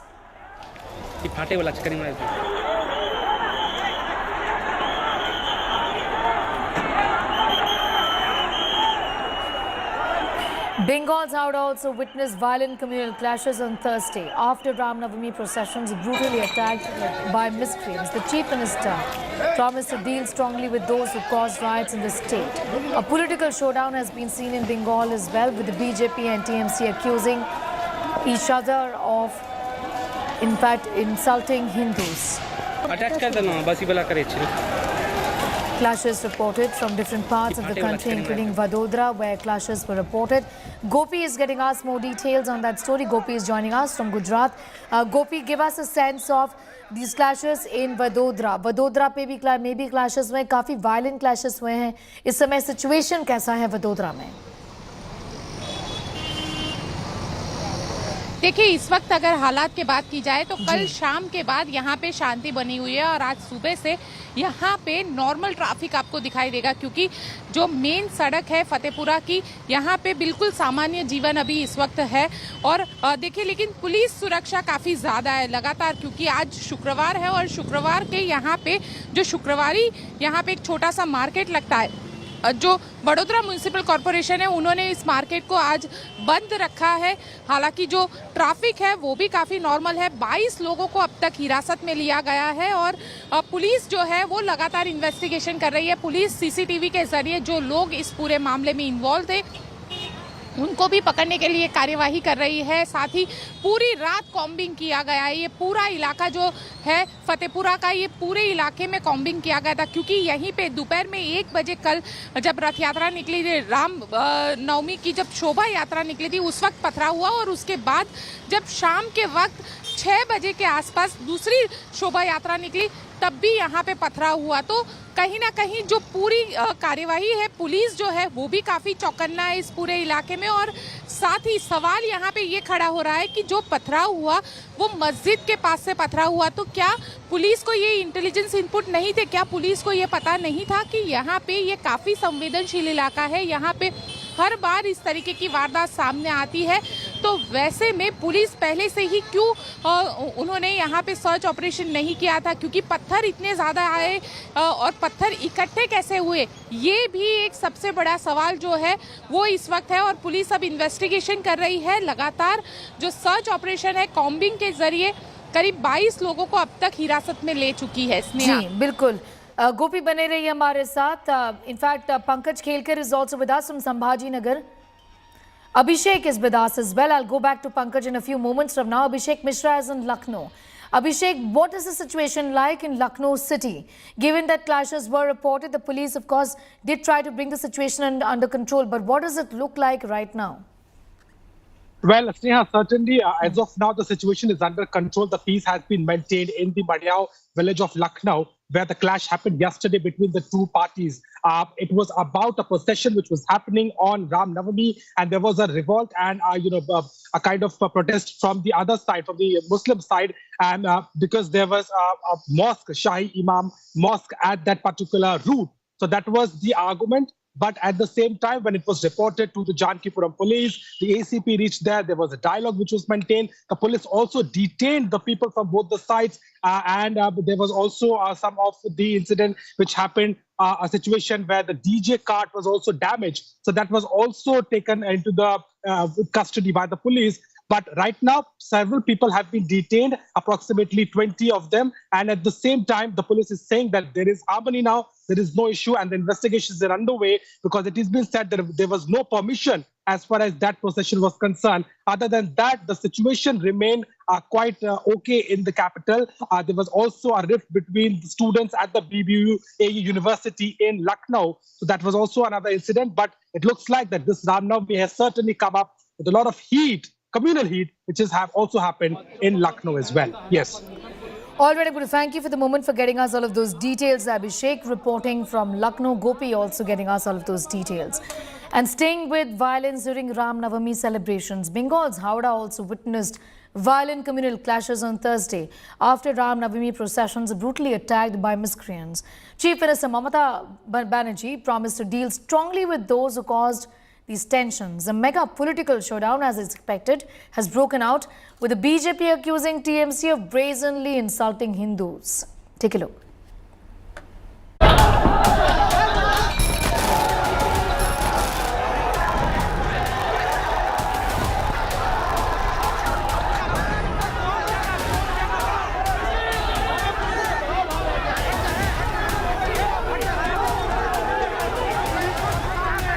Stones pelted.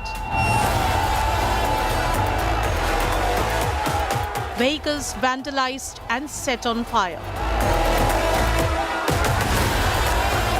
Heavy security deployed. This is how Ram Navami celebrations ended in Bengal. On Thursday, Howrah witnessed violent communal clashes after the processions taken out by Hindu groups were allegedly attacked. Miscreants hurled bricks and stones as the procession passed through a Muslim area. The Hindu groups claim that their peaceful rallies were attacked despite prior information given to the administration.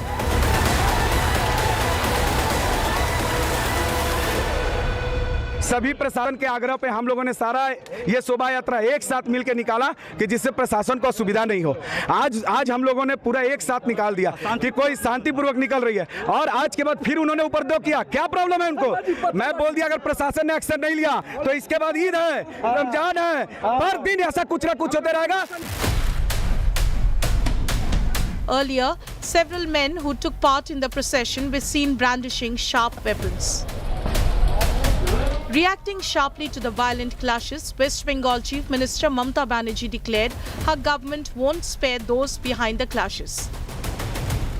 She also questioned the Hindu groups for taking out processions through unauthorized routes.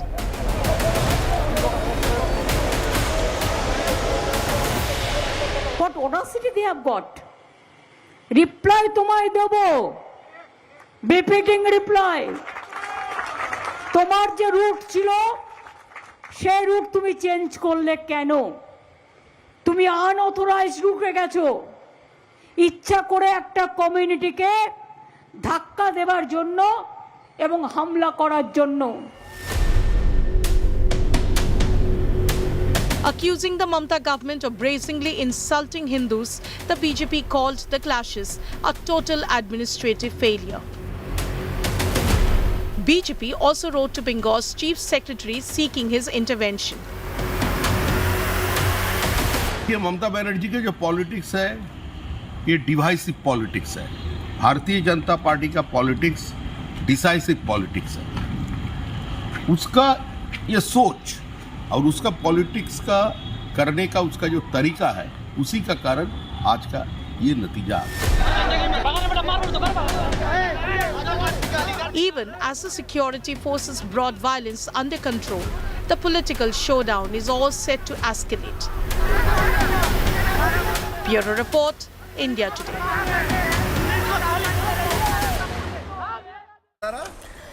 And the situation in Howrah still remains grim. Massive police force is at the spot.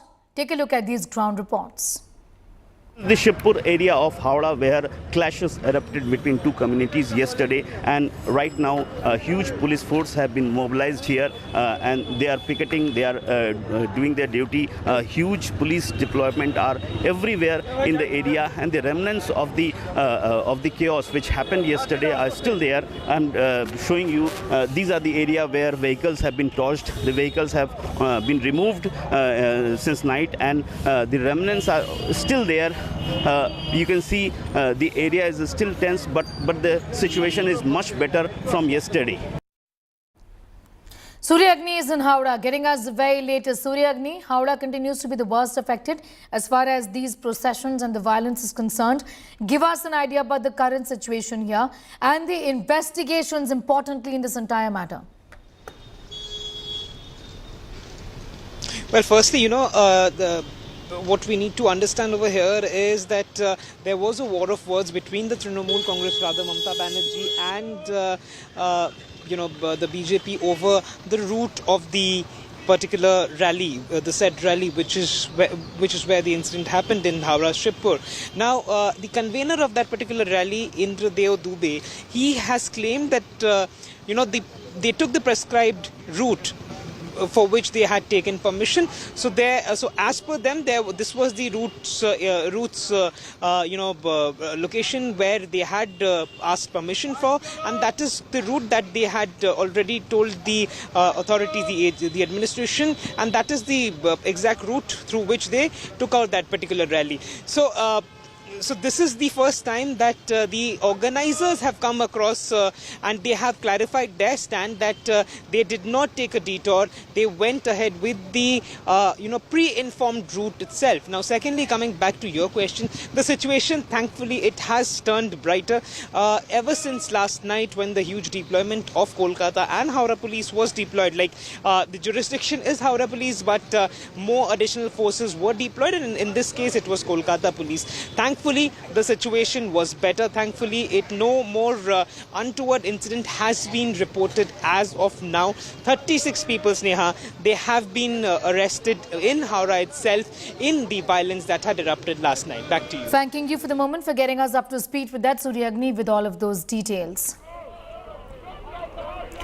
Well, the death toll continues to rise as rescue operation continues. As many as 35 bodies, have been recovered so far after a slab covering a well broke during a ritual at the Bileshwar Mahadev temple in Indore on the occasion of Ram Navami. Around 17 people have already been rescued, out of which 15 are undergoing treatment. Madhya Pradesh Chief Minister Shivraj Singh Chauhan met injured people admitted in the hospital and visited the temple as well.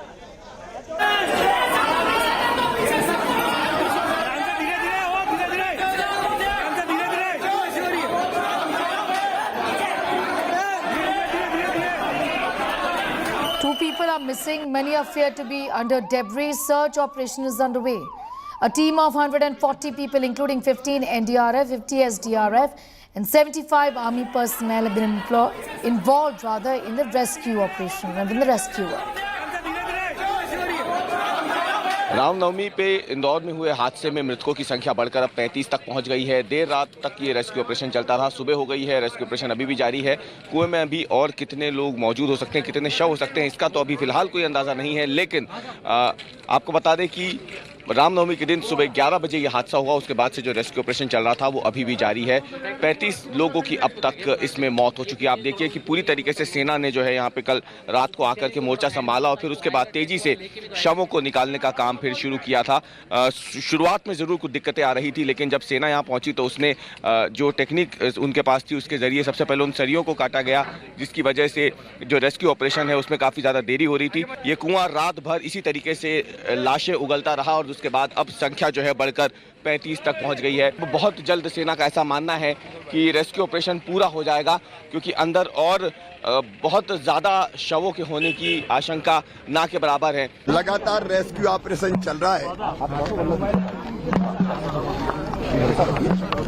पूरा प्रशासन और मैं स्वयं भी रात भर बैठकर rescue operation के संपर्क में था। सरकार पूरा निःशुल्क इलाज कराएगी। बाकी सारी व्यवस्थाएं माननीय प्रधानमंत्री जी ने भी पीड़ित परिवारों को राहत की राशि देने का फैसला किया है। जो करीब 13-15 लोग अभी भी घायल हैं, जल्द से जल्द स्वस्थ हों और दोबारा अपनी जिंदगी व्यतीत करने के लिए पूर्ण सक्षमता के साथ दोबारा बाहर निकल पाएं। ये हमारे प्रिय शहर इंदौर के लिए एक बड़ी दुखद घटना रही है और मेरे मन के गहराइयों से मैं संवेदनाएं सभी परिजनों को व्यक्त करना चाहता हूं। अभी तक ऐसे 35 कैजुअलिटीज रिपोर्ट हुई है। सर्च ऑपरेशन के माध्यम से 35 बॉडीज हम लोग रिकवर भी कर दिए। उसमें एनडीआरएफ, एसडीआरएफ और आर्मी के टीम ने सर्च ऑपरेशन के किया है। अभी मिसिंग लिस्ट में ये एक व्यक्ति का नाम मतलब पेंडिंग आ रही है, उसका भी सर्च ऑपरेशन अभी चल रही है। आर्मी से और एनडीआरएफ टीम से भी अभी बात हुई है। टीम भी अल्टरनेटिवली काम कर रही है उसका लगातार। अभी नीचे सिल्ट एक बात निकल के सामने आ रही है, ये अवैध रूप से जो है ये बना हुआ था स्लैब जो है, ये इंदौर नगर निगम ने बकायदा इनको चिट्ठी भी लिखी थी। मुख्यमंत्री जी ने जांच के आदेश दे दिए हैं। जांच पर जो बिंदु आएंगे हर बिंदु पर कार्रवाई की जाएगी। दोषियों को सजा मिलेगी? बिल्कुल मिलेगी। किसी को इसी दुखद घटना क्या होगी उसमें जो लिप्त हो उनको तो कार्रवाई होना चाहिए। It's time for a quick break here. On the other side, Donald Trump indicted after probe into hush money paid to porn star Stormy Daniels. He becomes the first former US president to face criminal charges.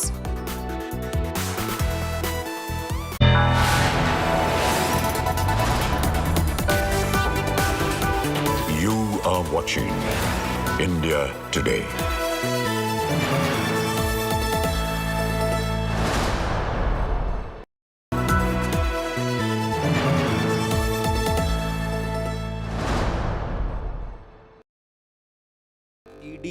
CBI, income tax जैसी एजेंसियों का दुरुपयोग हो रहा है और लगातार विपक्ष के नेताओं को इस पर निशाना बनाया जा रहा है। इस पर आप क्या कहना चाहेंगे? देखिए, जब 2017 की मैं बात कर रहा हूं, यूपी का चुनाव था, कांग्रेस की एक बड़ी नेत्री ने कहा कि भ्रष्टाचार हमने किया था तो क्यों कार्यवाही नहीं हो रही, हम पर सवाल खड़े करे थे।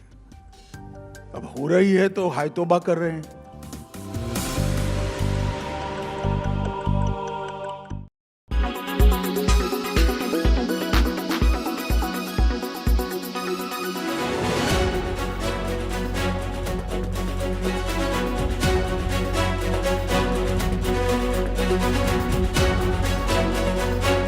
As the Ram Mandir rises in Ayodhya, Uttar Pradesh, a similar temple is rising in Karnataka too.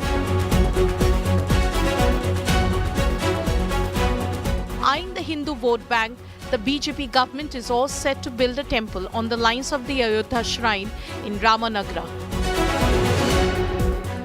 The big announcement came just ahead of the assembly polls. The temple will be built on a 19-acre plot in Ramadevara Betta. First concept, permission ಇವನ್ನೆಲ್ಲ ತಗೊಂಡು ನಿರ್ಣಯವನ್ನು ಮಾಡಿ ಮತ್ತೆ ನಿಶ್ಚಯ ಮಾಡೋಣ, ಯಾವ ರೀತಿ ಮಾಡಬೇಕು, ಏನು ದುಡ್ಡಲ್ಲಿ ಮಾಡಬೇಕು, ಜನರು ಭಕ್ತಾದಿಗಳು ಬಂದು ಮಾಡುವಂಥದ್ದ, ಸರ್ಕಾರ ದುಡ್ಡಲ್ಲಿ ಮಾಡಬೇಕಾ, ಟ್ಯಾಕ್ಸ್ ಪೇಯರ್ ದುಡ್ಡಲ್ಲಿ ಮಾಡಬೇಕಾ, ರಾಮ ಭಕ್ತರ ದುಡ್ಡಲ್ಲಿ ಮಾಡಬೇಕಾ, ಎಲ್ಲ ನಿಶ್ಚಯ ಮಾಡೋಣ. The Congress is not impressed and is playing down the temple project. This is a election manifesto, first of all. They are not going to implement. They are going to be ousted by the people of Karnataka. How can they implement? As the BJP once again raises Hindutva pitch in the state, it seems the party is literally fighting the elections. Ram Bharose. Bureau Report, India Today.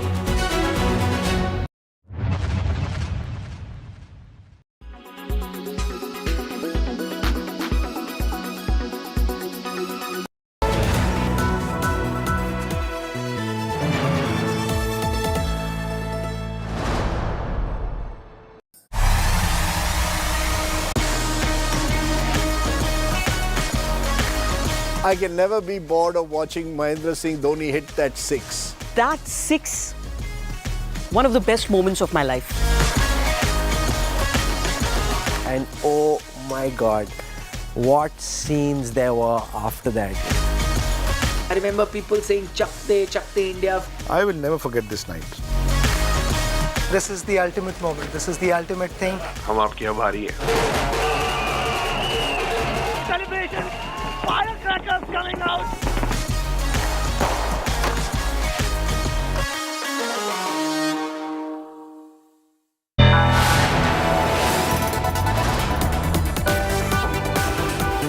You are watching India Today.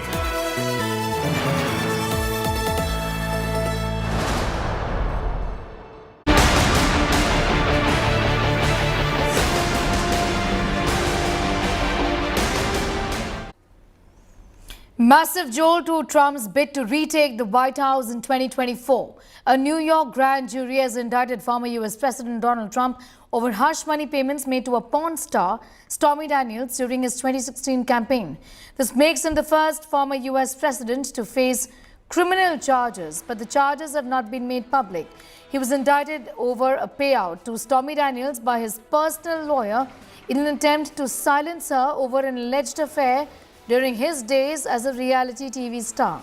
Stormy has taken to Twitter and celebrated Trump's indictment and thanked her fans for support. Trump, who seeks the Republican nomination to run again in 2024, has branded all the investigations political persecution.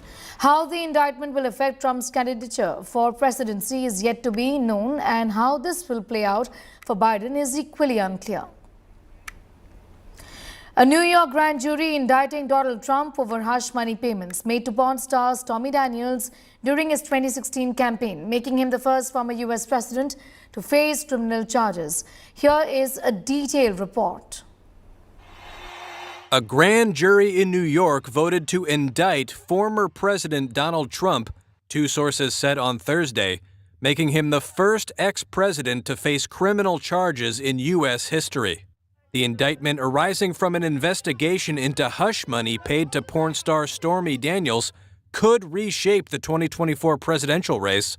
The specific charges related to the probe, led by Democratic Manhattan District Attorney Alvin Bragg, are not yet known.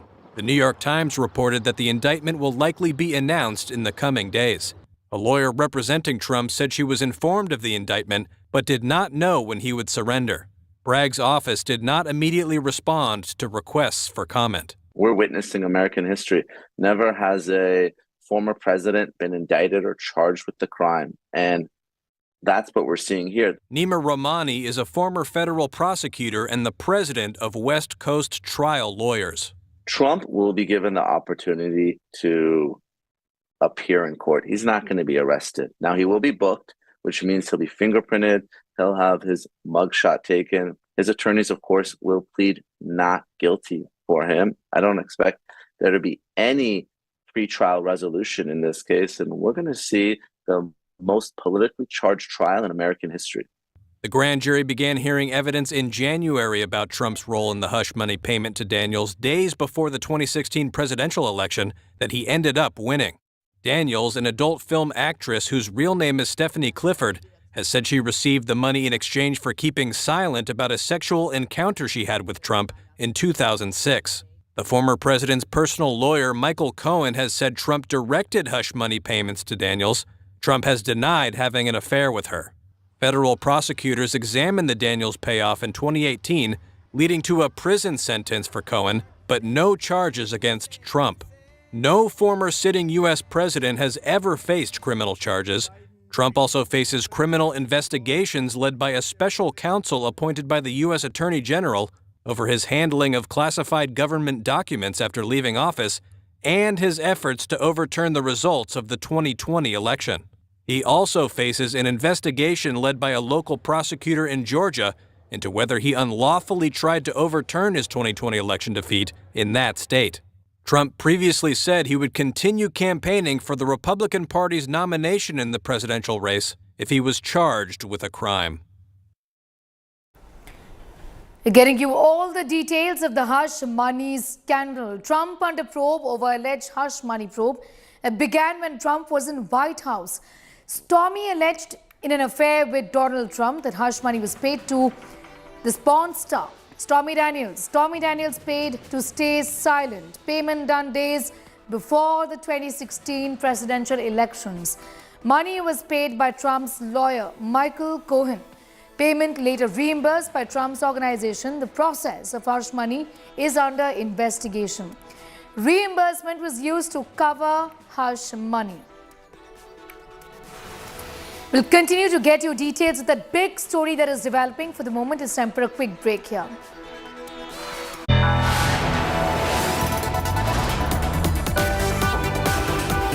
You are watching India Today.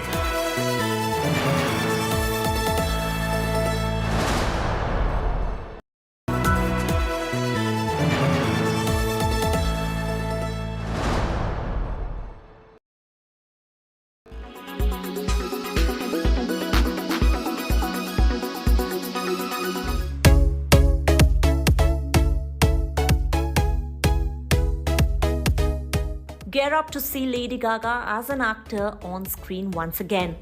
The singer was spotted rocking a Harley Quinn outfit as she's filming for the upcoming sequel to Joker. The pop star was seen in full costume and makeup while filming in New York City. In the photos, Lady Gaga is seen surrounded by a large crowd as she descends the court building with the police officers by her side. She's also seen rocking a red coat, a white blouse and a black skirt as onlookers come out in support with signboards that read "Free Joker" and "Joker Marry Me." The Oscar winner, who is all set to play an ardent admirer of the Batman villain, was seen flaunting her blonde hair, which was pulled back into a half ponytail with her dark roots clearly showing. She started to appear as if she wasn't wearing any makeup. Coming to her ensemble, she was seen donning a black foxfire jacket, black stockings and a printed dress.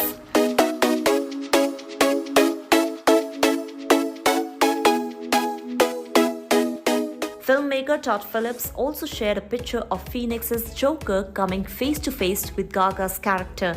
She's even holding his face, implying an intense moment between the two. For the unversed, the pop star and actress confirmed her playing a role in the Joker sequel in August 2022. She posted a teaser clip on her Instagram featuring Phoenix and Gaga's silhouette dancing together. The Joker sequel will also feature Catherine Keener, Brendan Gleeson, and Zazie Beetz and is all set to schedule to release in theatres on October 4th, 2024. Entertainment Bureau, India Today.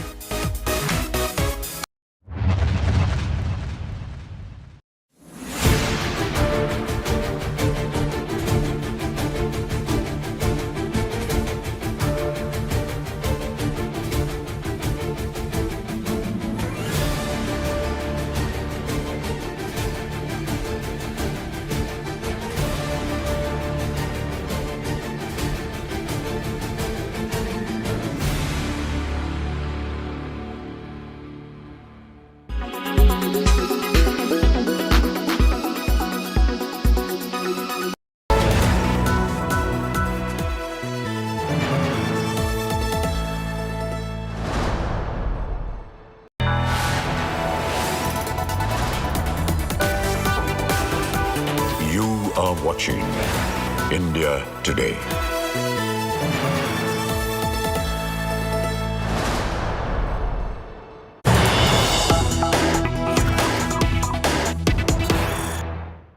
Some news just coming in at this hour. Khalistani army is going after Punjab Chief Minister Bhagwant Man's daughter. Man's daughter gets threat calls from K Army. Man's daughter Seerat has got 3 threat calls is what we know. Khalistanis call Bhagwant Man's daughter, Seerat Kaur, thrice from different numbers using foul language. Supporters called her from 3 different numbers is what we know. Manjeet has more details of that story. Manjeet, what more can you tell us about these threats issued to the Chief Minister's daughter?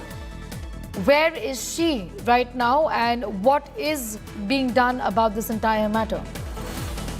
Well, Sneha, Chief Minister Bhagwant Man's daughter, Seerat Kaur, is in US along with her mother and brother. Seerat's mother had shared this information on social media, saying that her daughter was getting threatening calls from Khalistani elements. Remember, the Six for Justice, the banned terror outfit, has also now announced that the sons and daughters and offsprings of the Punjab leaders and bureaucrats who are studying abroad in US or Canada will be harassed to the level so that they come back to Punjab. So he is making these calls to Indians as well. Meanwhile, the chief of Akal Takht Jathdar, Gyani Harpreet Singh, has called for a restraint and asking the NRIs and people abroad not to harass the people and not to attack the Indian consulates located in the foreign countries. So investigations are currently on, but these Khalistani elements have stooped so low that now they have started, after attacking the temples and Indian consulates, now started harassing Indians abroad. What are the chances of the intervention of the Punjab government in all of this, given that she is not even physically present in India? That will be a concern, isn't it? Manjeet. Raised this issue. Yes. This Punjab government has raised this issue through the MEA, and which will further escalate it through the Indian consulates to the governments concerned. The Sikh leaders have also appealed to various Punjabis settled abroad, and particularly the hardliners one not to attack the temples and the Indian consulates abroad. Besides, the chief of Akal Takht, Gyani Harpreet Singh, appealing the people to calling for a restraint and not to attack the Indian establishments abroad. So Indian government has also taken a serious note of this, and the government's concerns are being apprised about the situation. Concerns remain as far as the Chief Minister's daughter is concerned. Seerat, in fact, the daughter of Bhagwant Mann, the Chief Minister of Punjab, has received threat calls. In these phone calls, she was abused. Foul language was used, is what we know. The government of Punjab is raising this matter through the Ministry of External Affairs. Given that Seerat doesn't live in India, she lives in the US, is what Manjeet is telling us.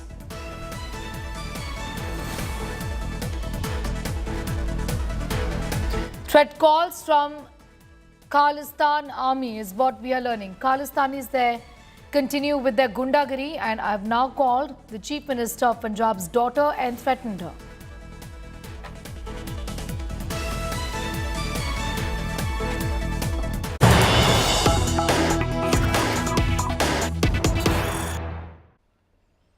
We have more news coming in. A Hindu-Sikh couple, Harmeet Kaur and her husband Rajesh Thakur, are spending sleepless nights after being threatened to be physically harmed. Their businesses destroyed and boycotted from the community.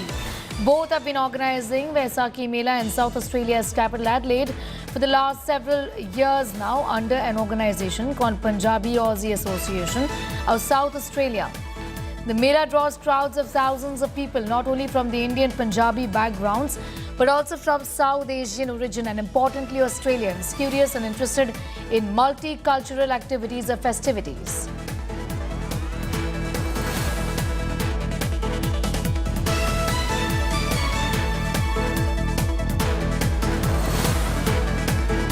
Harmanpreet is now joining us with her views on this story. In fact, we'll also try and connect with your husband, Rajesh Thakur, as well in a few moments from now. Thank you so much for your time. This is just so disappointing. Give us an idea about the kind of threats that you've received and what has the police done there to help you out? We've been doing Vaisakhi Mela since 9 years. Yes. And since last year, a group of people, they just came up. Their leader was last year was Gurinder Jeet Singh Jasser. He was threatening us. That group of people, we were getting threatening calls from them. We were getting threatening messages through the people, and they just crashed us last year. And the 2 weeks, until 2 weeks, my children couldn't go to school properly. We couldn't cook properly. We couldn't eat. That it was like a sleepless nights. But and they did the protest last year. They were asking us to change the name of Vaisakhi Mela. They were saying it belongs to Sikh. So you can't change this. You can't use this name Vaisakhi with your Vaisakhi Mela. I was saying to them many times that we are doing cultural event. It's a cultural Mela, not the creation of Khalsa. We are not celebrating Khalsa Sadhana Divas, but they are forcefully attaching that Vaisakhi name with the religious way with them. But it is not the two, and we got so much threatened last year, and they did protest last year, and this year again without nobody talked us the whole year, and they again like a 4 or 5 days ago they started to putting the stuff on social media and boycott Vaisakhi Mela, and they were sending the messages through the WhatsApp groups and the social media and sending them on the messengers that don't go to Vaisakhi Mela been cancelled, and we are getting the threatening calls and threatening messages through these people and through the other people they are attached to them, and through our friends as well.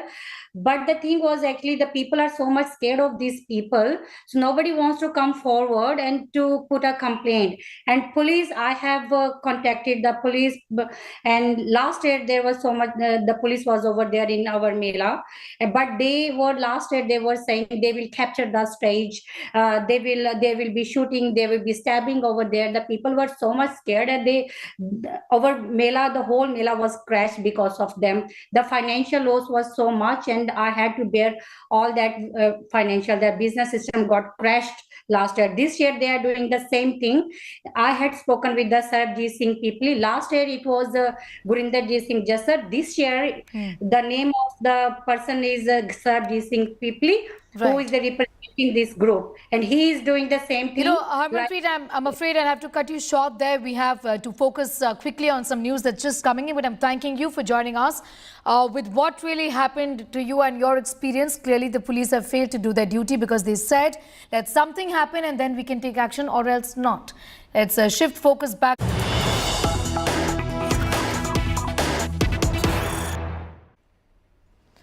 Y. Sharmila has reached Telangana State Public Service Commission office to protest against Telangana State Public Service Commission paper leak.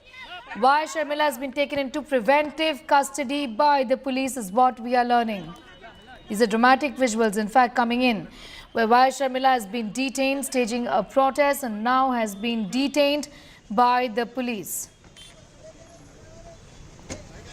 जोहार वयस्कर जोहार जोहार जोहार वयस्कर जोहार जोहार जय शर्मिला का जय शर्मिला का जय शर्मिला का जय शर्मिला का जय शर्मिला का जय शर्मिला का जोहार वयस्कर जोहार जोहार जय तेलंगाना जय तेलंगाना जय तेलंगाना जय Telangana Y. Sharmila taken into preventive custody. She was in fact holding these protests, as is clear in these pictures. In fact, just 2 days ago there was confrontation between the Hyderabad police and Y. Sharmila again, and they stopped her from visiting the Osmania hospital, but that was from 2 days ago. Today's incident has got to do with the State Public Commission. In fact, this has got to do with the paper leak matter. The Telangana State Public Service Commission office to protest against the Telangana State Public Service Commission paper leak. Abdul Bashir has got more details. Y. Sharmila has been detained. Give us a sense of what really is going on there, Abdul. See, as we know that TSPSC, alleged TSPSC paper leak case where the state government had registered a case and an SIT had been formed to investigate the paper leak matter that had taken place in Telangana, following which Y. Sharmila had called for a protest today where she had approached the TSPSC office where we are right now, the Telangana State Public Service Commission office here. As you can see, heavy police deployment here. As she arrived at this office here, she had been immediately taken into preventive custody. She had alleged that a lookout notice had been issued against her, a lookout notice order had been issued against her. Hundreds of policemen have been stationed in front of her house, for which she had to stay in a hotel room last night, and today she had come here for the protest. And immediately as she arrived at the office here, she had been detained by the police and taken into preventive custody, and she had been shifted to the nearest police station. So this is the demand what Y.S. Sharmila had been placing is a CBI investigation must be called in this particular case, as many big people are said to be involved in this particular case. The police is trying to accuse the very only 2 or 3 members, or maybe small members who are not not heavily involved or largely involved in this case. There are many other top leaders and top politicians involved in this case, and CBI must investigate for a thorough investigation. Over to you. All right, I'm going to thank you for the moment, Abdul, getting us all of those details. The Y.S. Sharmila has been taken into preventive custody, and not the first occasion where there's been a face-off with the Hyderabad police there.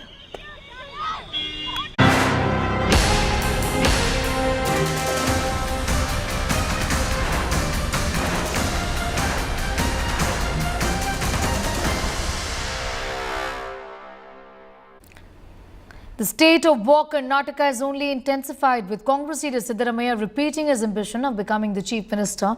Former Chief Minister B.S. Yediyurappa, spearheading the BJP's election campaign in the state, has hinted that his son may contest against the Congress veteran Siddaramaiah. Here's more.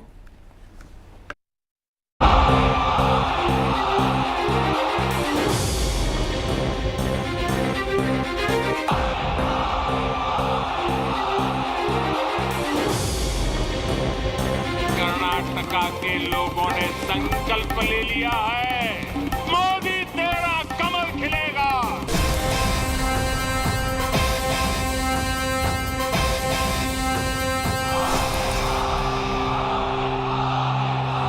The stage set for state of war Karnataka. All the big guns of political parties have stepped up.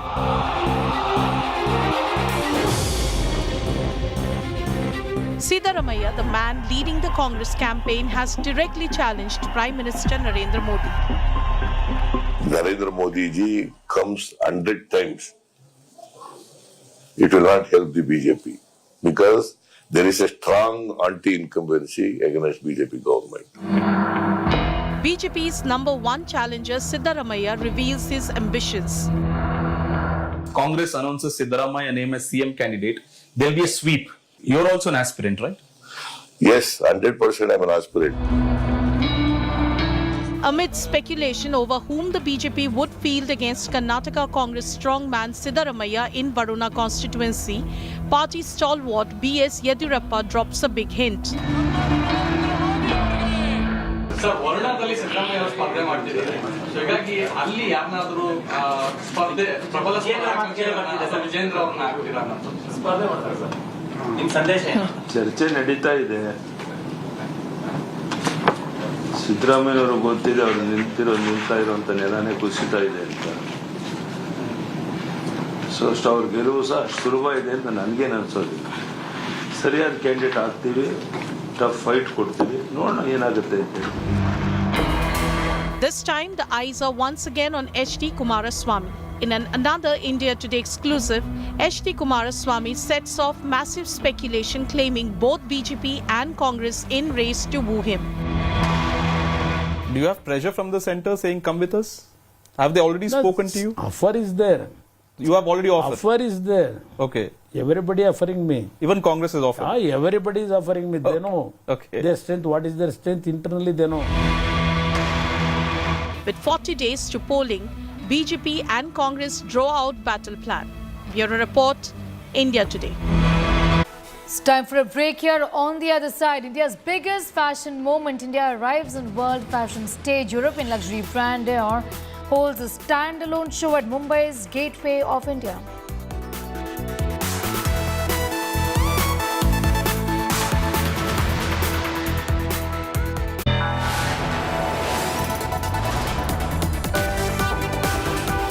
You are watching India Today.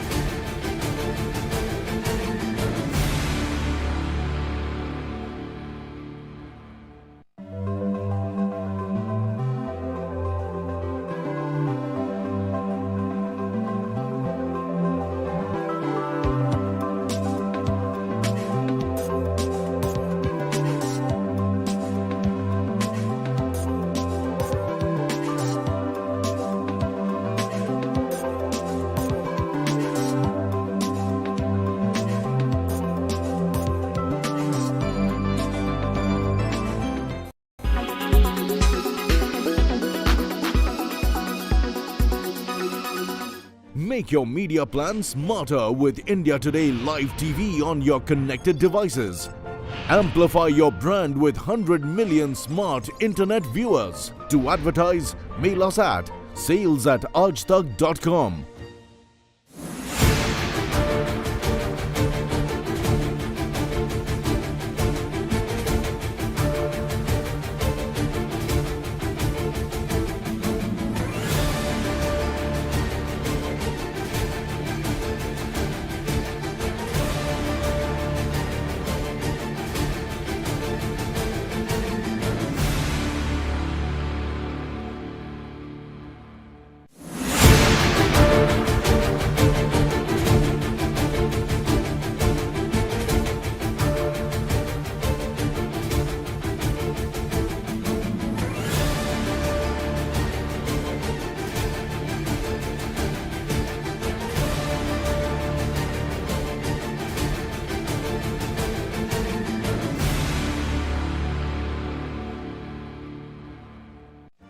Make your media plan smarter with India Today Live TV on your connected devices. Amplify your brand with 100 million smart internet viewers. To advertise, mail us at sales@aajtak.com.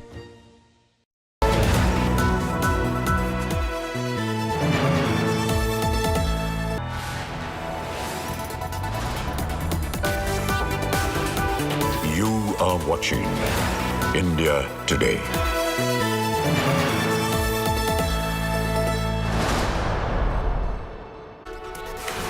A star-studded evening at Mumbai's Gateway of India as Dior holds their show against the historic backdrop. A display of intricate designs with amalgamation of the Indian culture. Dior is the first ever show by a luxury European brand to showcase in India.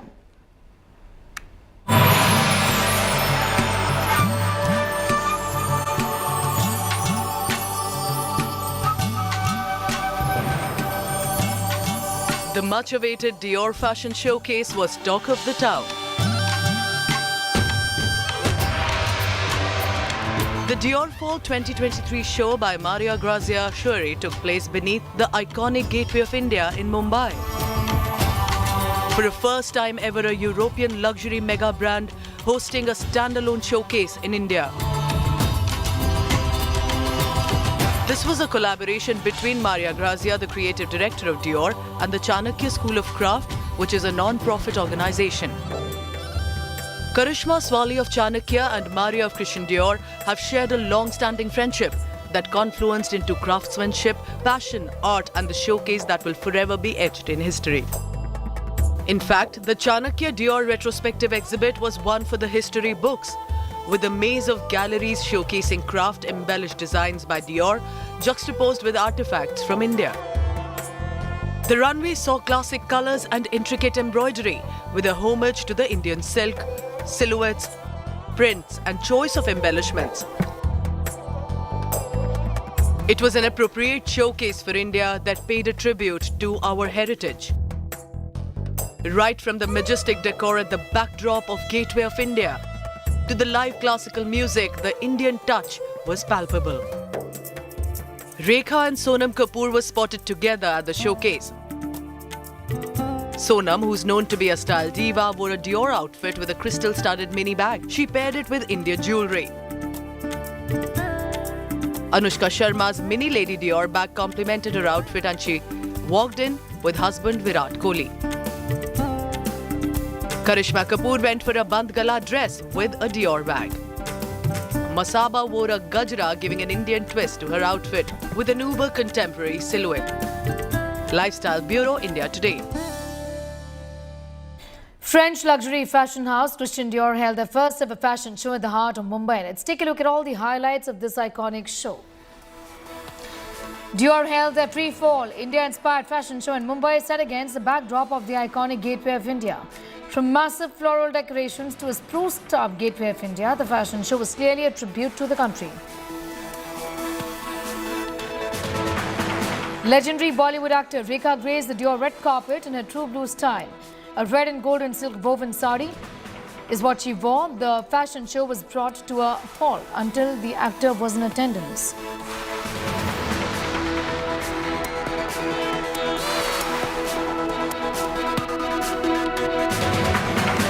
Fashion girl Sonam Kapoor Ahuja grabbed eyeballs with a pink Dior ensemble.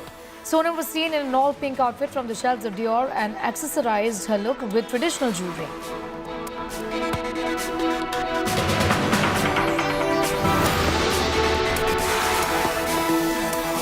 Star power couple Virat Kohli and Anushka Sharma also graced the Dior red carpet. Anushka stood pretty in a yellow gown with a matching Dior bag, while husband Virat complimented the actor's look in a dapper grey suit. Another look that grabbed eyeballs belongs to Atiya Shetty. Dressed in an all-white one-shoulder dress, Atiya looked beautiful while lending a simplistic elegance to the look with a studded mini Lady Dior bag.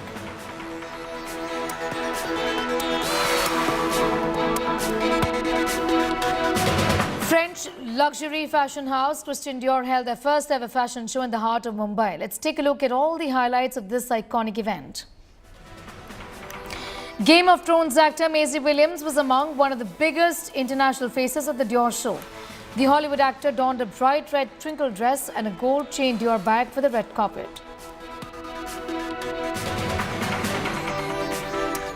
Simone Ashley's Dior look has won hearts. Dressed in a pristine white sleeveless gown from Dior shelves, the actor complimented her look with a dainty necklace that screamed elegance.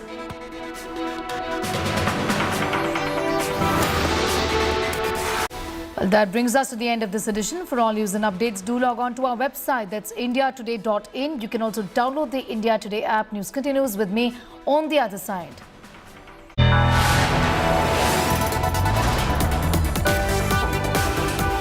You are watching India Today.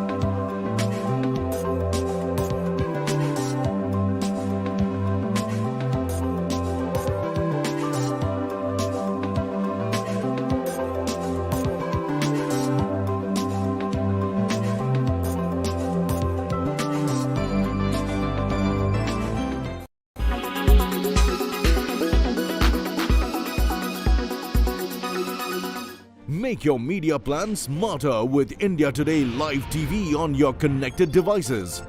Amplify your brand with 100 million smart internet viewers. To advertise, mail us at sales@aajtak.com.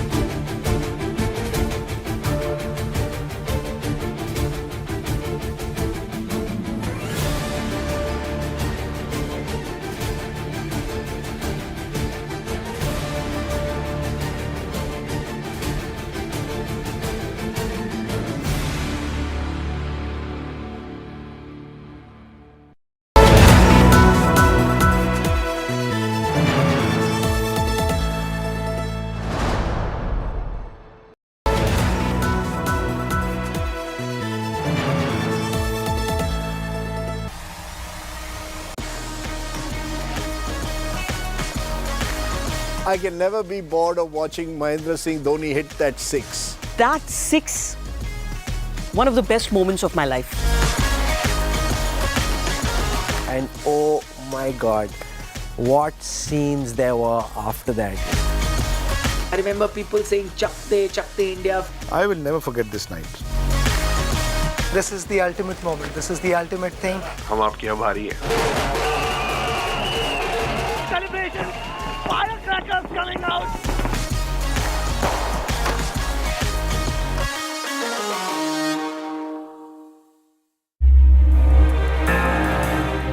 The last few weeks have raised fears of a 2008 kind of a situation again. Do you think we will get away lighter this time?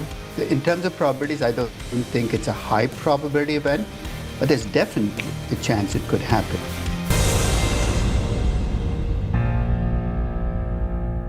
Good morning, viewers. Let's take a look at the weather report across the major cities this morning.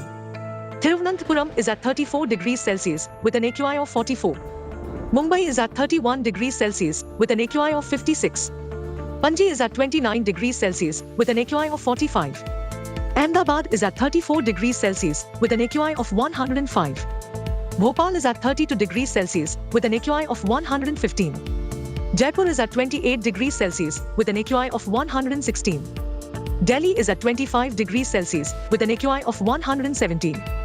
Srinagar is at 14 degrees Celsius with AQI being 100. Lucknow is at 28 degrees Celsius with an AQI of 144. Patna is at 31 degrees Celsius with an AQI of 123. Kolkata is at 32 degrees Celsius with an AQI of 101. Hyderabad is at 36 degrees Celsius with an AQI of 82.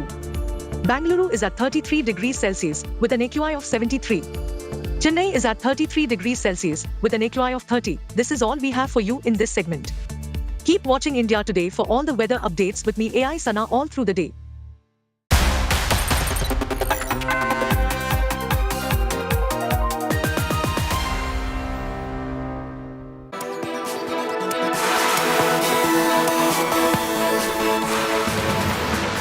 Hello, very good afternoon. You're watching India Today TV. I'm Sneha Murdani. Let's tell you what the headlines are in this edition of Lunch Break. Security tightened as Howrah remains tense. Bricks hurled at procession in Bengal. Violent showdown on streets in spite of the Chief Minister's warning.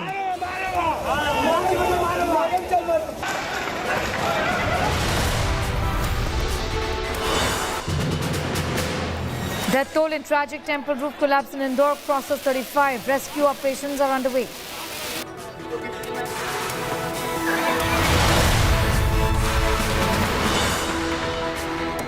Punjab Chief Minister Bhagwant Man's daughter gets threats from Khalistan Army. She got 3 calls from different numbers using foul language.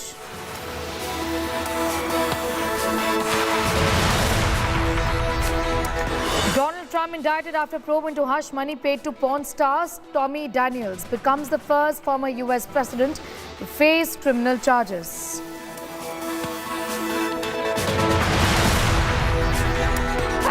India's biggest fashion moment. India arrives on world fashion stage. European luxury brand Dior holds a standalone show at Mumbai's iconic gateway of India. And the grand event took place at the gateway of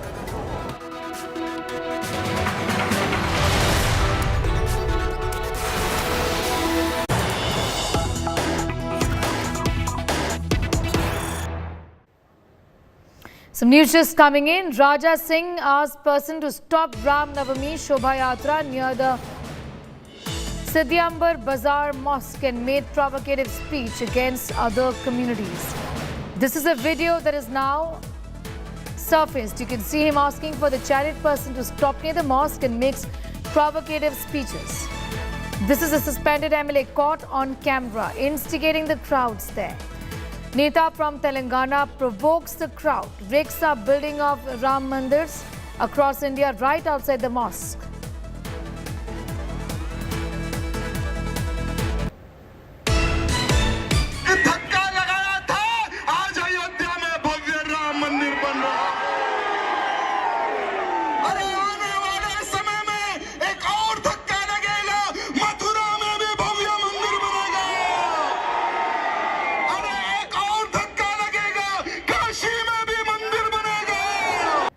Apurva is getting us more details in that story. Apurva, this video is with us. What is the police saying? Give us an idea about the kind of action that they will take or have taken.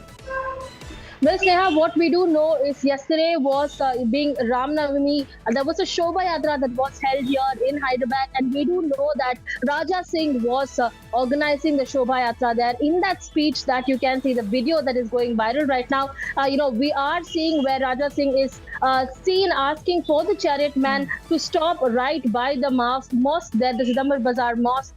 Where you can see he's asking the chariot man to stop. Raja Singh is also going on to state that, not only in Ayodhya, where, he says, एक बार अयोध्या में जो हुआ था वैसे ही मथुरा और काशी में भी होगा. That is what he also goes on to say. He also has asked several of those bucks who had joined during Ram Navami their celebrations. He's also gone on to ask them to join and take a pledge as well. That is what we know. Raja Singh there making provocative statements. This right outside a mosque, as we can see Raja Singh there, who's also going on. In fact, when we are seeing Raja Singh, who is been not only for the last couple of months been making provocative speeches across several states out there against other religions, and now this video clipping of Raja Singh right outside the mosque making provocative statements definitely is a strong statement that he's making. In fact, the police out there who had been monitoring the Ram Navami celebrations also state that yes, most likely they are looking into what sort of legal action can be taken against Raja Singh. So far, a case has not been filed by the police, but they are saying that they will look into all legal action and go on and file a case as well. That is what we hear. In fact, Raja Singh in that video where he has made these provocative comments also goes on to challenge the police, saying that he's not afraid of the police anymore. He was a part of a political party there, but now he's not any political party member, but rather he's a Hindu first, and that he will fight for Hindutva. He goes on in that speech to say, मैं किसी से डरता नहीं और जिसको जो करना है करने दो, मैं हिंदू हूँ, हिंदुत्व इस भारत देश में लेके आके रहूंगा. That's what he goes on to say in that provocative speech as well. Most disturbing speech there by Raja Singh. This even as several hundreds of people who had come there for the Ram Navami Shobha Yatra witnessed him making these provocative speeches, especially right outside a mosque here in Hyderabad. Sneha. All right. Be with us, Apurva. We'll listen into that video once again.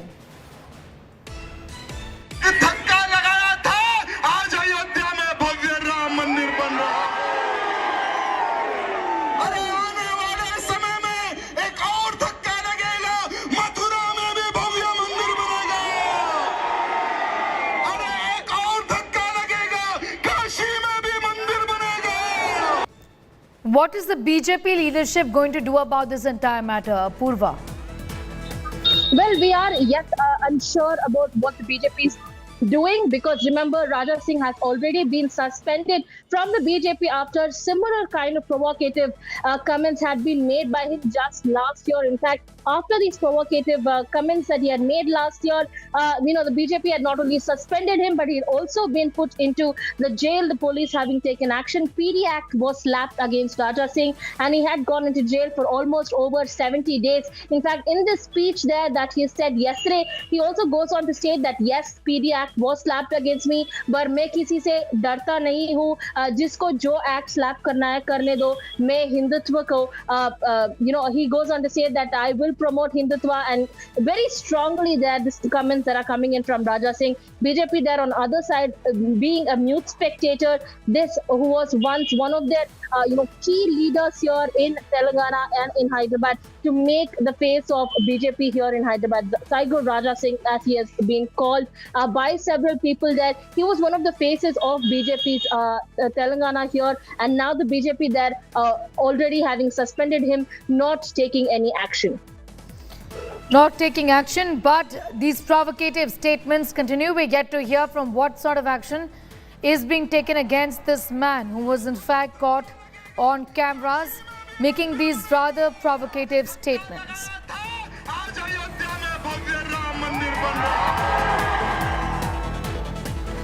Talking about violence on Ram Navami, Bengal continues to remain tense after the clashes that took place on Ram Navami. One person was killed, several others were injured after a clash erupted between two communities in West Bengal's Dalkola city during a Ram Navami procession on Thursday.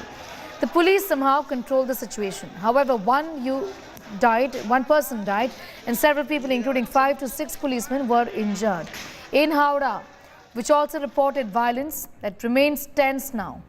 Massive security forces have been deployed. BJP and VHP has slammed Mamata Banerjee over these clashes. This is the Shivpur area of Howrah where clashes erupted between two communities yesterday, and right now a huge police force have been mobilized here and they are picketing, they are doing their duty. Huge police deployment are everywhere in the area, and the remnants of the chaos which happened yesterday are still there. I'm showing you these are the area where vehicles have been torched. The vehicles have been removed since night, and the remnants are still there. You can see the area is still tense, but the situation is much better from yesterday. Ramzan की यात्राओं के ऊपर, मुहर्रम की यात्राओं पर हमले करने की होती है। ऐसा केवल रामनवमी के अवसर पर और केवल मुस्लिम समाज के कुछ तत्वों के द्वारा क्यों होता है, यह विश्लेषण करने का विषय है। जब कुछ सेकुलरिस्ट नेता अपने मुस्लिम वोट बैंक के कारण इनको भड़काते हैं, तो इनको भड़कने का अवसर मिल जाता है। ममता बनर्जी को क्या जरूरत थी यह कहने की कि मैं रामनवमी के जुलूसों को नहीं रोकूंगी, लेकिन अगर मुस्लिम समाज पर हमले हुए तो मैं उन सबको देख लूंगी। क्या एक भी उदाहरण उनके पास है? वो हमलावर समाज की रक्षा करना चाहती है और जो पीड़ित समाज है उसी को धमकी देना चाहती। Surya Agni getting us all of those details. Surya Agni, not surprising that a blame game has erupted in this entire matter, but talk to us about the investigations. At the end of the day, one person has died in this mindful clash that took place. But Sneha, firstly, a breaking news on the developments of today. The DG of West Bengal Police has called for a press conference at 2 p.m. today. He'll be speaking to the press and he will be coming out with a lot of facts of the investigation. However, what we have confirmed since morning today is that 36 people have been arrested in Howrah itself. Thankfully, the violence has stopped after the massive deployment of both the Howrah and the Kolkata police in that particular zone in Shivpur where we were since last night. No casualties were reported over here in Howrah. Injury list is still not out. The police hasn't come out clean on how many people were, injured in the clash that had happened. Now, amidst all of this, as you rightly mentioned, Sneha, yes, there is a political blame game with the BJP and the Trinamool Congress and even the VHP, blazing their guns at each other. However, what needs to be understood is that amidst this particular blame game, the incident that had happened has already happened, and the questions are coming in on who is to be blamed for this entire incident. Whether there was some kind of whether there was some delay, or whether more forces should have been kept during the Shobha Jatra or not. Even these questions are being raised by a lot of the political corridors over here, from the opposition political corridors of West Bengal. Amidst all of this, 36 people, Sneha, they have been arrested, and in a short while from now, the Bengal DGP, the Director General of Police, will be making his press note, and he'll come out clean on what exactly went wrong, what had happened, and if or not they have been able to identify the ones who created the ruckus or not. Back to you, Sneha. Thanking you for the moment. Surya Agni getting us all of those details as far as the rioting and the tensions in Bengal, particularly Howrah, is concerned. Bengal's Howrah witnessed violent communal clashes on Thursday after Ram Navami processions brutally attacked by miscreants. Chief Minister Mamata Banerjee had promised to deal with those who caused the tensions here in the state. A mega political showdown has erupted in Bengal, with BJP accusing TMC of brazenly insulting Hindus. Take a look.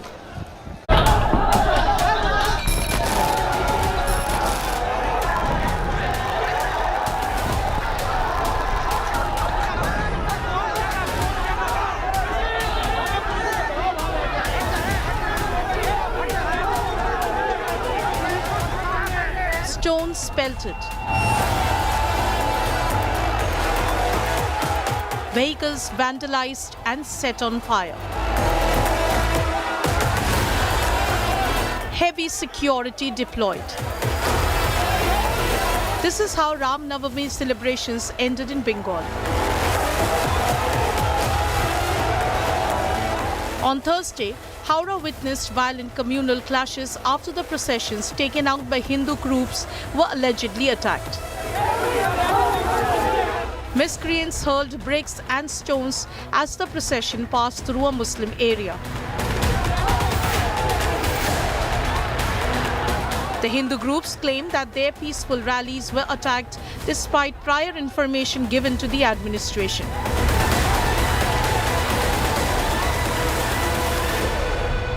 सभी प्रशासन के आग्रह पे हम लोगों ने सारा ये शोभा यात्रा एक साथ मिलकर निकाला कि जिससे प्रशासन को असुविधा नहीं हो। आज हम लोगों ने पूरा एक साथ निकाल दिया कि कोई शांतिपूर्वक निकल रही है और आज के बाद फिर उन्होंने उपद्रव किया। क्या प्रॉब्लम है उनको? मैं बोल दिया अगर प्रशासन ने एक्शन नहीं लिया तो इसके बाद ईद है, रमजान है, हर दिन ऐसा कुछ ना कुछ होते रहेगा। Earlier, several men who took part in the procession were seen brandishing sharp weapons. Reacting sharply to the violent clashes, West Bengal Chief Minister Mamta Banerjee declared her government won't spare those behind the clashes. She also questioned the Hindu groups for taking out processions through unauthorized routes.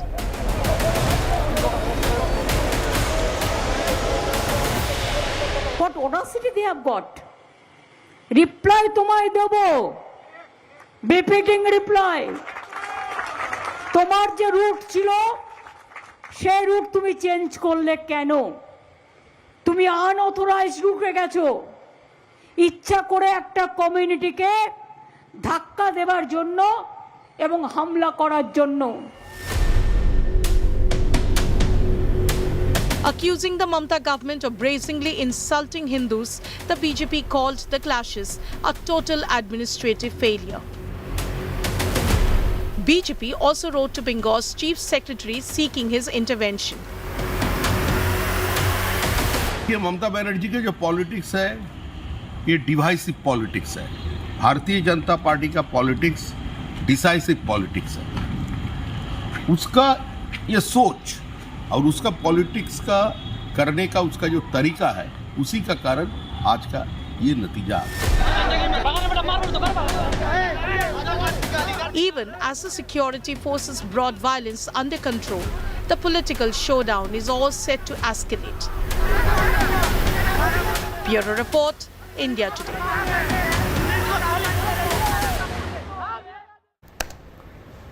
Incidents of violence in several cities of India amid the Ram Navami celebrations. Festivities of Ram Navami marred by violence as communal clashes were reported from multiple states. In Karnataka's Hassan, people from two communities clashed with each other. 4 people were stabbed in the violence, whereas Gujarat's Vadodara remains tense. A new video game has come to light showing stones being thrown by people, pelting stones at a mosque. Home Minister of the state, Harsh Sanghvi, has assured strict action against culprits. Several of them have been arrested already. From Maharashtra's Sambhajinagar, clashes were reported. CCTV has surfaced showing people vandalizing police vans as well as CCTV cameras.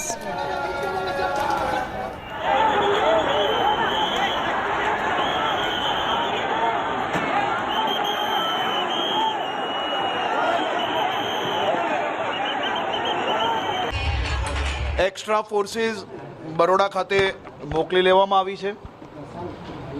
અનેક અનુભવી અધિકારીઓ બી ત્યાં બીજા મોકલવામાં આવ્યા છે। કોમ્બિંગની કામગીરી ચાલુ છે અને હજી રાતભર આ સીસીટીવી કેમેરાના માધ્યમથી એક લોકોને ઓળખીને તમામ ગુનેગારો પર પગલાં લેવામાં આવશે। રામનવમીની યાત્રામાં જે કોઈ લોકોએ પથ્થર નાખ્યા છે એ ભવિષ્યમાં ક્યારેય પથ્થર તરફ જોશે નહીં એવા કડક પગલાં ભરવામાં આવશે। लोगों से इतनी अपील है कि पुलिस को पूरा सहयोग दे और इस प्रकार का कोई भी बनाव ना बने उसके लिए हमें पूरा सहयोग दे। साथ में ही अलग अलग जो टीम अभी वॉच में रखी हुई है तो हम सभी को विश्वास दिलाना चाहते हैं कि वडोदरा शहर पुलिस पूरा बंदोबस्त बहुत अच्छे से करेगी और कोई भी प्रकार का इश्यू ऐसा नहीं हो। शोभा यात्रा की जब हुआ, जब मैं नमाज में थी, क्योंकि हमारे यहाँ कोई को पता नहीं था कि इन लोग ऐसी बवाल करेंगे, तो सब नमाज में, मस्जिद में नमाज में, बच्चे हमारे लड़के सब नमाज में थे और हम घर में नमाज पढ़ रहे थे। हमको पता होता था फरहान लड़के जाते नमाज में, नहीं जाते क्योंकि इन लोग बवाल करने के थे। ये तो एक राजनीतिक मुझे चाल दिख रही है, जो दंगे हो रहे हैं जानबूझकर। आज तक तो कभी ऐसे हुआ नहीं, अभी क्यों हो रहा है? अभी सब अगर हम लोग सब कैमरे चेक करेंगे तो उसमें भी सामने आ जाएगी बात, ये दंगे कहाँ से शुरू है, किसने इसकी शुरुआत की, जानबूझकर कैसे एक मतलब सब व्हीकल जलाए जा रहे हैं, यहाँ पे तोड़फोड़ हो रही है। मुझे लगता है सारी बातों की जांच होगी, लेकिन संजय राउत जी आप थोड़ा दिमाग ठंडा रखकर सोचिए। छत्रपति संभाजीनगर नाम रखने के बाद ये दंगे हो रहे हैं, ये उनका कहना बहुत गलत है। मुझे लगता है उनकी दिमागी हालत खराब हो गई है। Pankaj Kelkar is with us from Aurangabad, one of those areas which is badly hit because of the violence. It's here in Sambhajinagar area also where in fact there was police vans that were burnt and also CCTV cameras damaged. Pankaj, if you could get us up to speed with the investigations, how many people have been detained and how is the current situation essentially?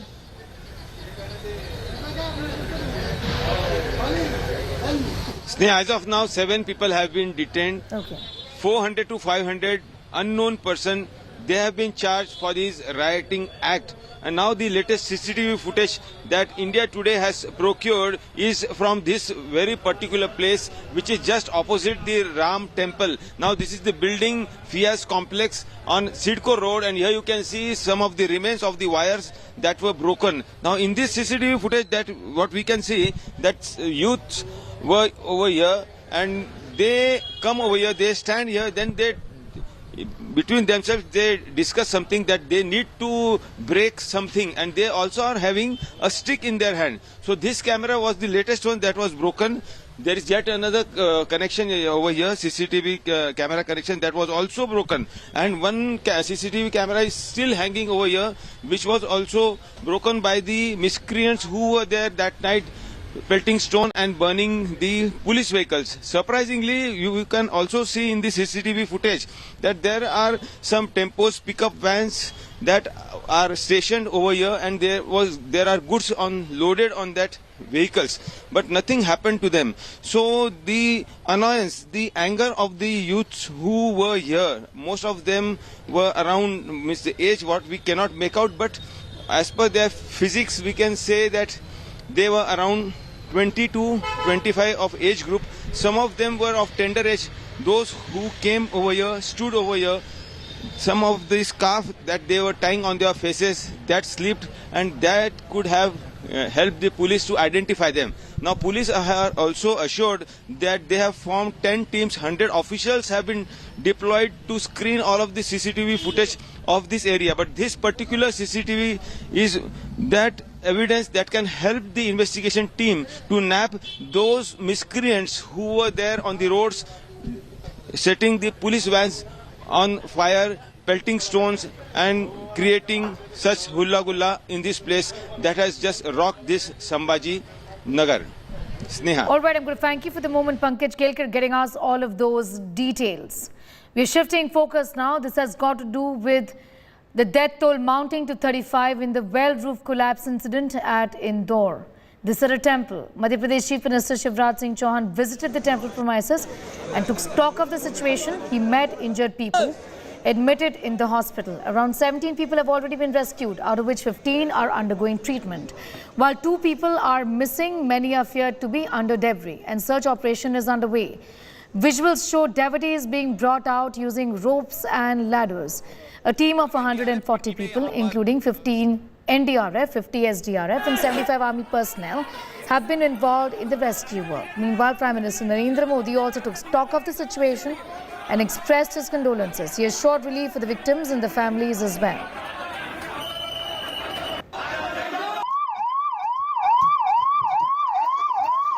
लगातार rescue operation चल रहा है। पूरा प्रशासन और मैं स्वयं भी रात भर बैठकर रेस्क्यू ऑपरेशन के संपर्क में था। सरकार पूरा निःशुल्क इलाज कराएगी।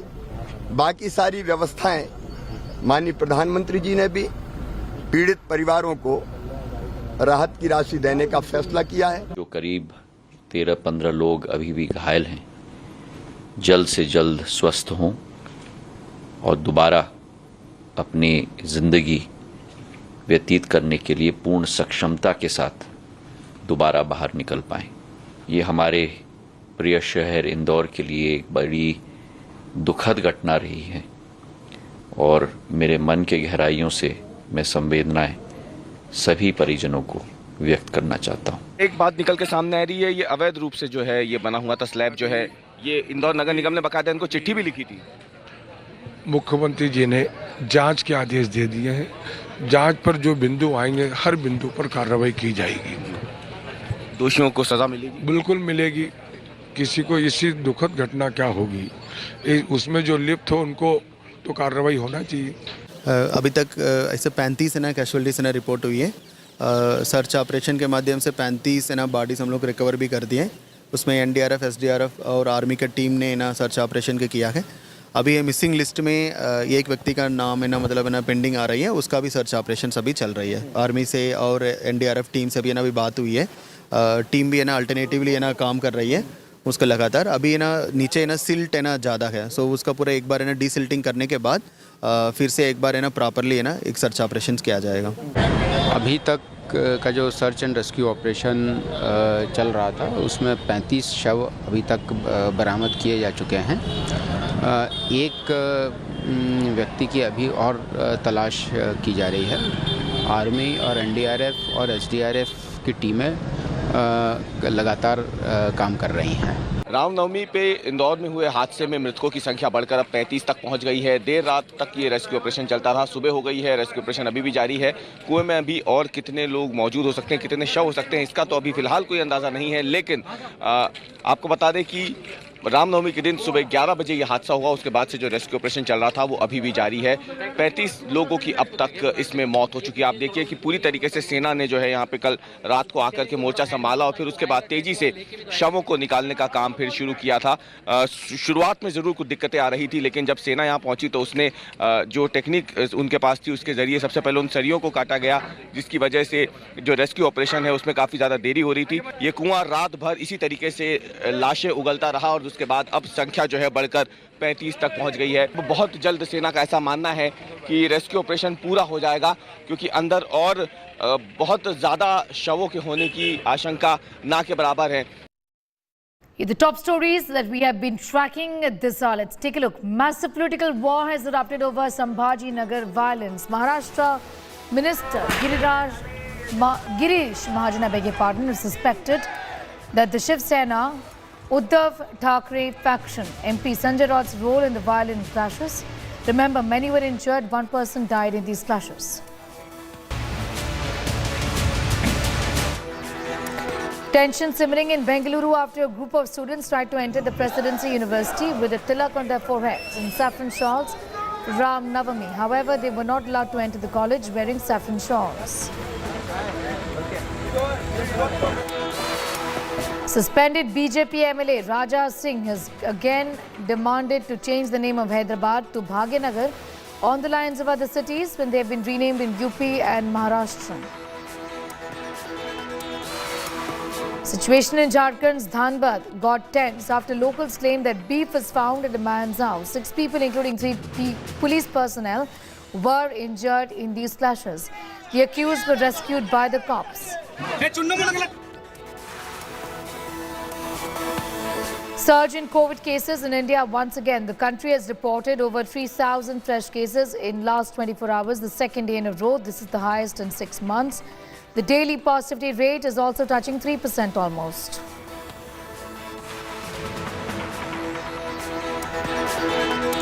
With that report, it's time for a quick commercial break here, getting you much more news in just a minute.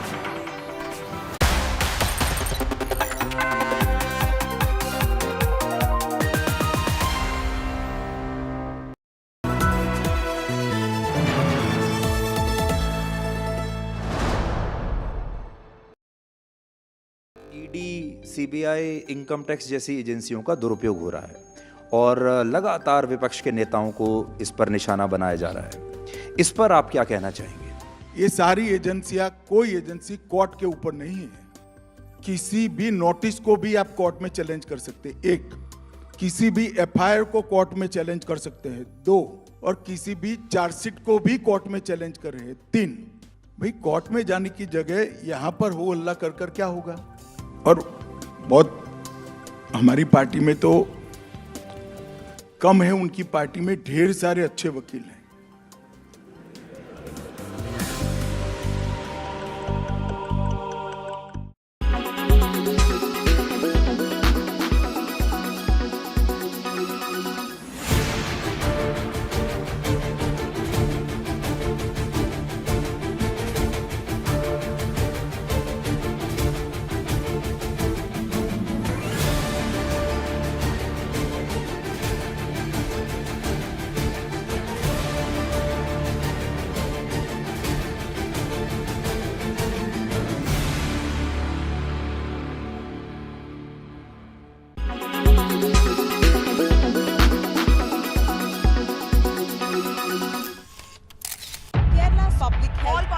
Traveling from different parts. Armed with facts, Looking at political background. she takes the news by its horns. Do you think the future of these students are not hampered?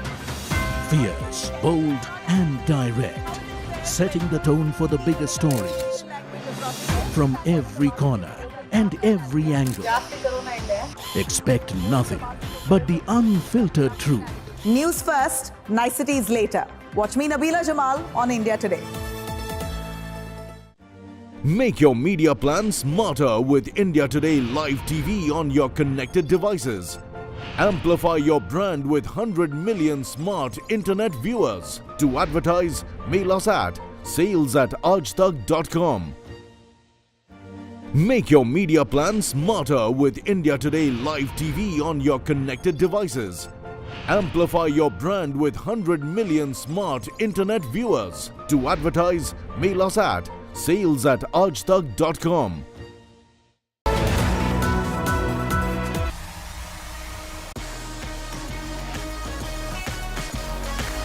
I can never be bored of watching Mahendra Singh Dhoni hit that six. That six, one of the best moments of my life. And oh my God, what scenes there were after that. I remember people saying, Chakte India. I will never forget this night. This is the ultimate moment. This is the ultimate thing. हम आपके आभारी हैं. Celebration! Firecrackers coming out!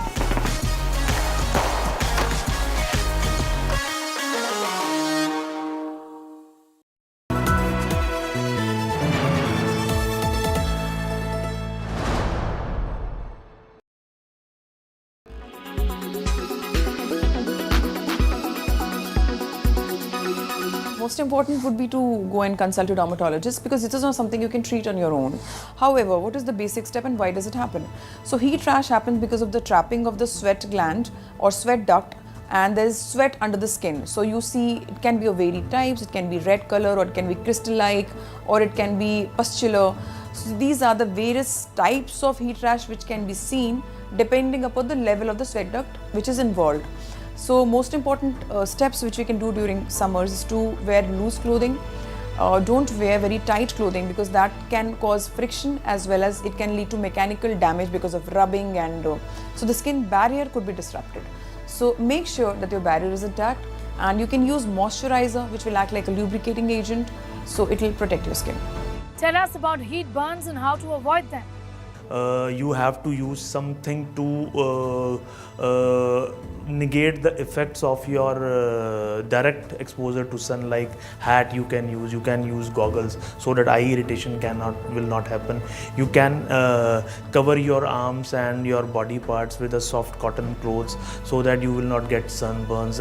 Why do I keep getting headaches in summers? Is it a sign of dehydration? One of the symptoms of dehydration is lightheadedness and mild headache.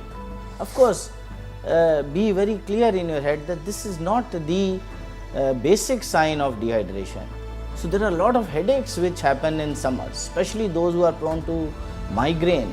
Summers and extreme heat precipitates the headache, and therefore dehydration of course can give you lightheadedness and some headache, but other causes of headache must also be considered.